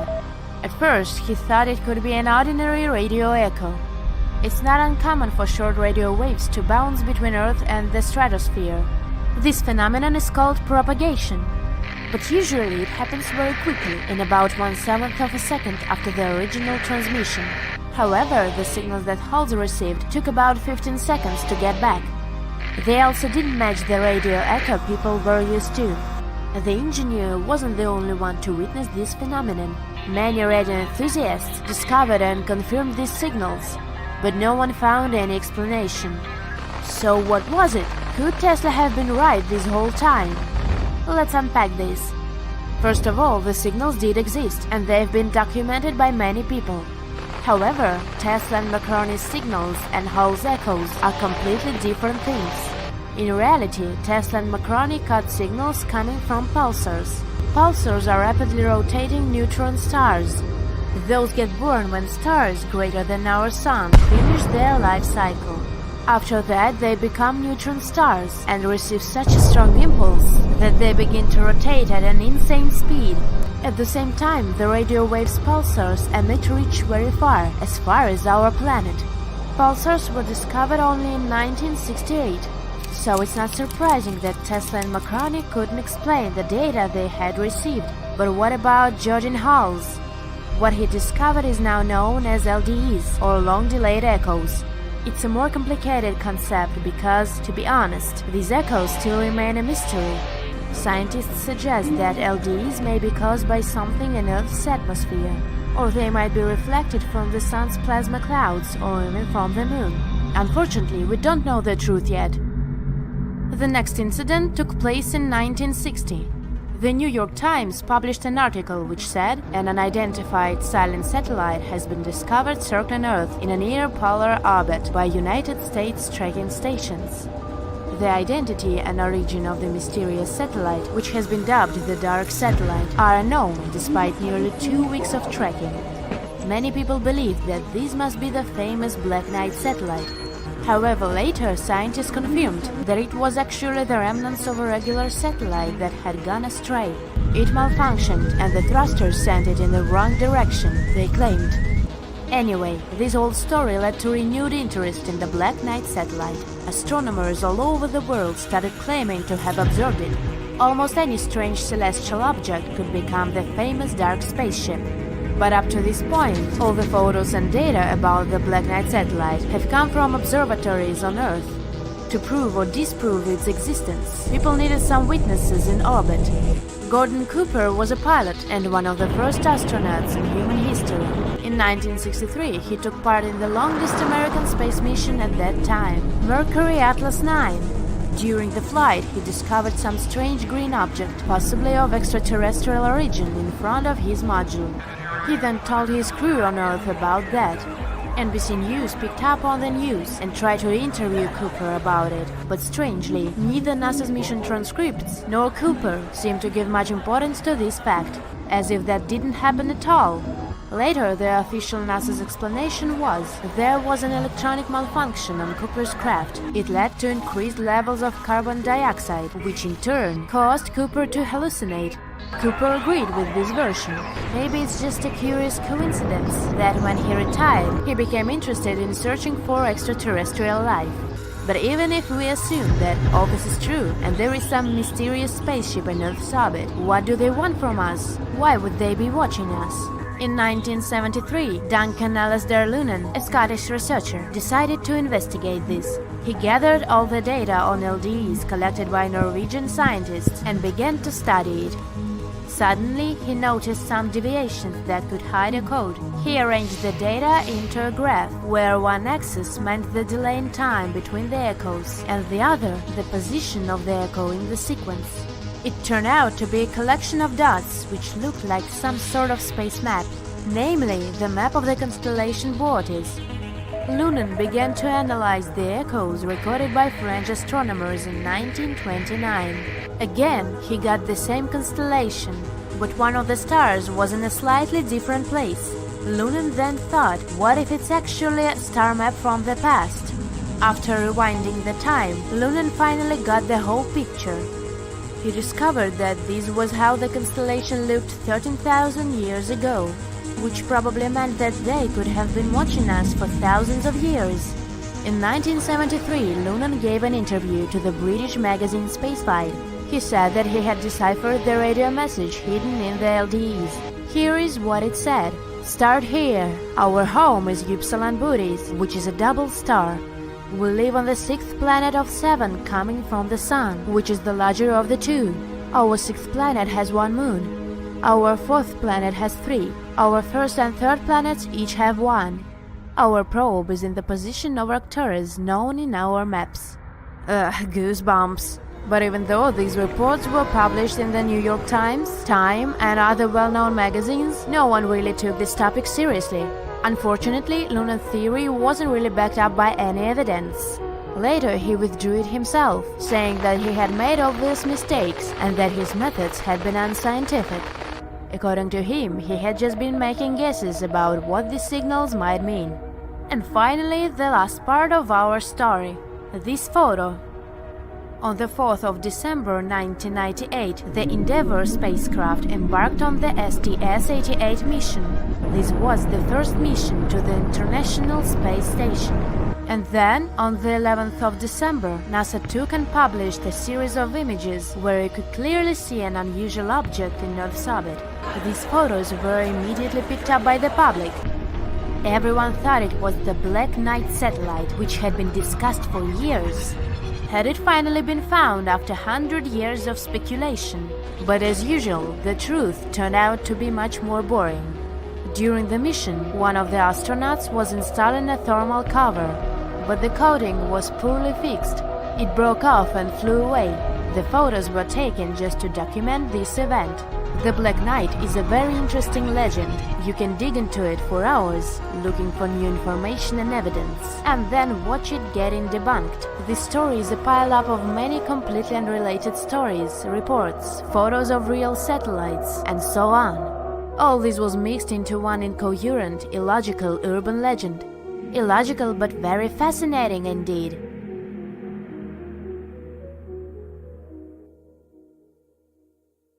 One of the biggest questions that has been torturing the minds of astronomers and common folks is, why haven't we found aliens yet?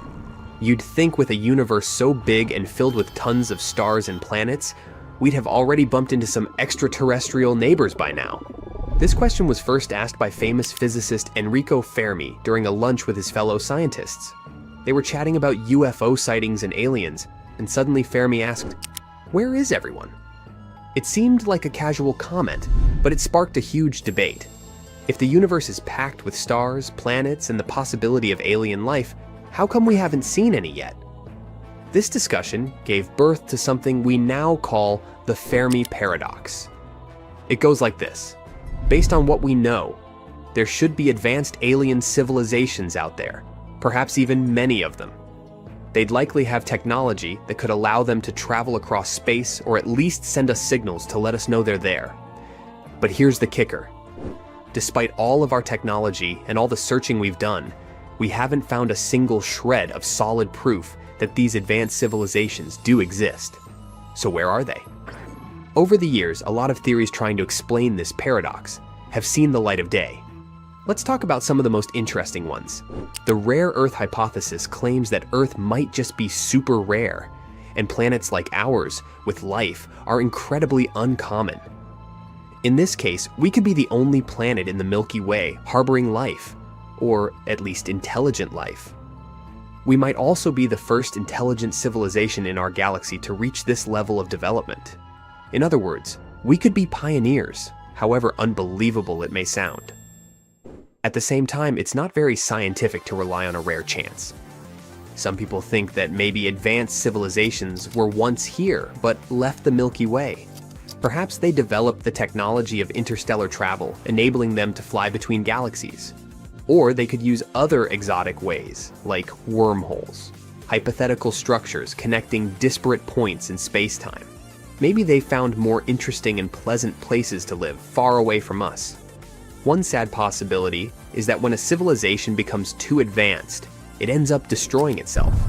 Whether through war, environmental destruction, or something else, it could be that most civilizations don't last long enough to reach out to others. Now, imagine an advanced civilization being wiped out by a disease before they could even start exploring stars. In other words, it's possible that civilizations just don't survive long enough to meet others. Another hypothesis, not very flattering to us. What if these aliens are using technology that we just don't understand? Maybe they're communicating in ways we can't detect, like using signals beyond our current understanding of physics. Scientists are discussing such possibilities, but haven't found any yet. Aliens might also be intentionally avoiding us. They could be out there but staying silent, not so eager to reveal themselves until we're ready. Speaking of being ready, some people think that aliens could be waiting for us to reach a certain level of development before they make contact. Maybe they don't want to interfere with our growth until we're more advanced. Advanced civilizations could also go into virtual realities. And if they can live in digital worlds, they might stop caring about exploring the physical universe. Why bother? Another wild idea is that some civilizations might go into a type of hibernation, waiting for the universe to cool down, because it might be more energy efficient to do so. And last but not least, there's this creepy possibility that our entire universe is a computer simulation, and aliens are hidden from us on purpose. It's something like a video game that doesn't reveal all its secrets at once until you get to the next level. Now let's talk about the odds of life out there. We know that in just our galaxy, the Milky Way, there are probably around 20 billion planets that are roughly Earth-sized and located in the habitable zone, which means they're just the right distance from their stars to have liquid water. But how many of these planets actually have life? Could it be most of them, just a few, or almost none? And out of the planets that do have life, how many host intelligent beings with technology? In the 1960s, a scientist named Dr. Frank Drake tried to estimate the number of civilizations in our galaxy that could contact us. He came up with a famous equation, later called the Drake equation. It looks complicated, but the idea is pretty simple. It helps us calculate the number of intelligent civilizations based on things like how many stars are born each year, how many have planets, how many planets could support life, and how long a civilization might last. Here's what it looks like. Let's look into this equation in more detail. N is the number of intelligent civilizations that could contact us. R is the rate of star formation in our galaxy. FP is the fraction of stars with planets. NE is the average number of planets per star that could support life. FL is the fraction of those planets where life actually develops. Fi is the fraction where intelligent life arises. FC is the fraction of civilizations that can and want to communicate. L is how long these civilizations last before they disappear. The problem is, we don't know the exact values for most of these factors. So when we plug in numbers, which we know with large errors, we get answers with very large errors too. Depending on the values, the number of civilizations in our galaxy could be anywhere from almost 0 to tens of thousands. Right now, the best estimate we can come up with gives us a very small number, close to 0. In other words, even though our galaxy is huge, it's possible we're all alone here. Or nearly alone. One big reason we haven't met any aliens yet is that even if they do exist, we might not be able to visit them, at least not with our current technology. The speed of light is a hard limit in physics, meaning nothing can travel faster than it. This makes interstellar travel super slow. The situation could be better if there were exotic ways of travel, such as wormholes and warp drives. One day, they may turn out to be real, but so far, there is little hope for that. Even if we can't meet aliens face to face, there are still ways we might discover them. One of the biggest projects is called SETI, Search for Extraterrestrial Intelligence. SETI scientists use huge telescopes to listen for radio signals from distant planets. If an alien civilization is sending out signals, we might be able to pick them up. And if we have a very powerful telescope, we might use it to take super detailed pictures of distant planets, maybe even Earth-like ones, hundreds of light years away. This could give us a whole new way to search for signs of alien life. In any case, even though we haven't found aliens yet, the search is far from over. Whether it's through new technology, better understanding of physics, or just listening to the stars, we might one day find that we're not alone in the universe. Until then, the question, where is everyone, keeps sparking curiosity.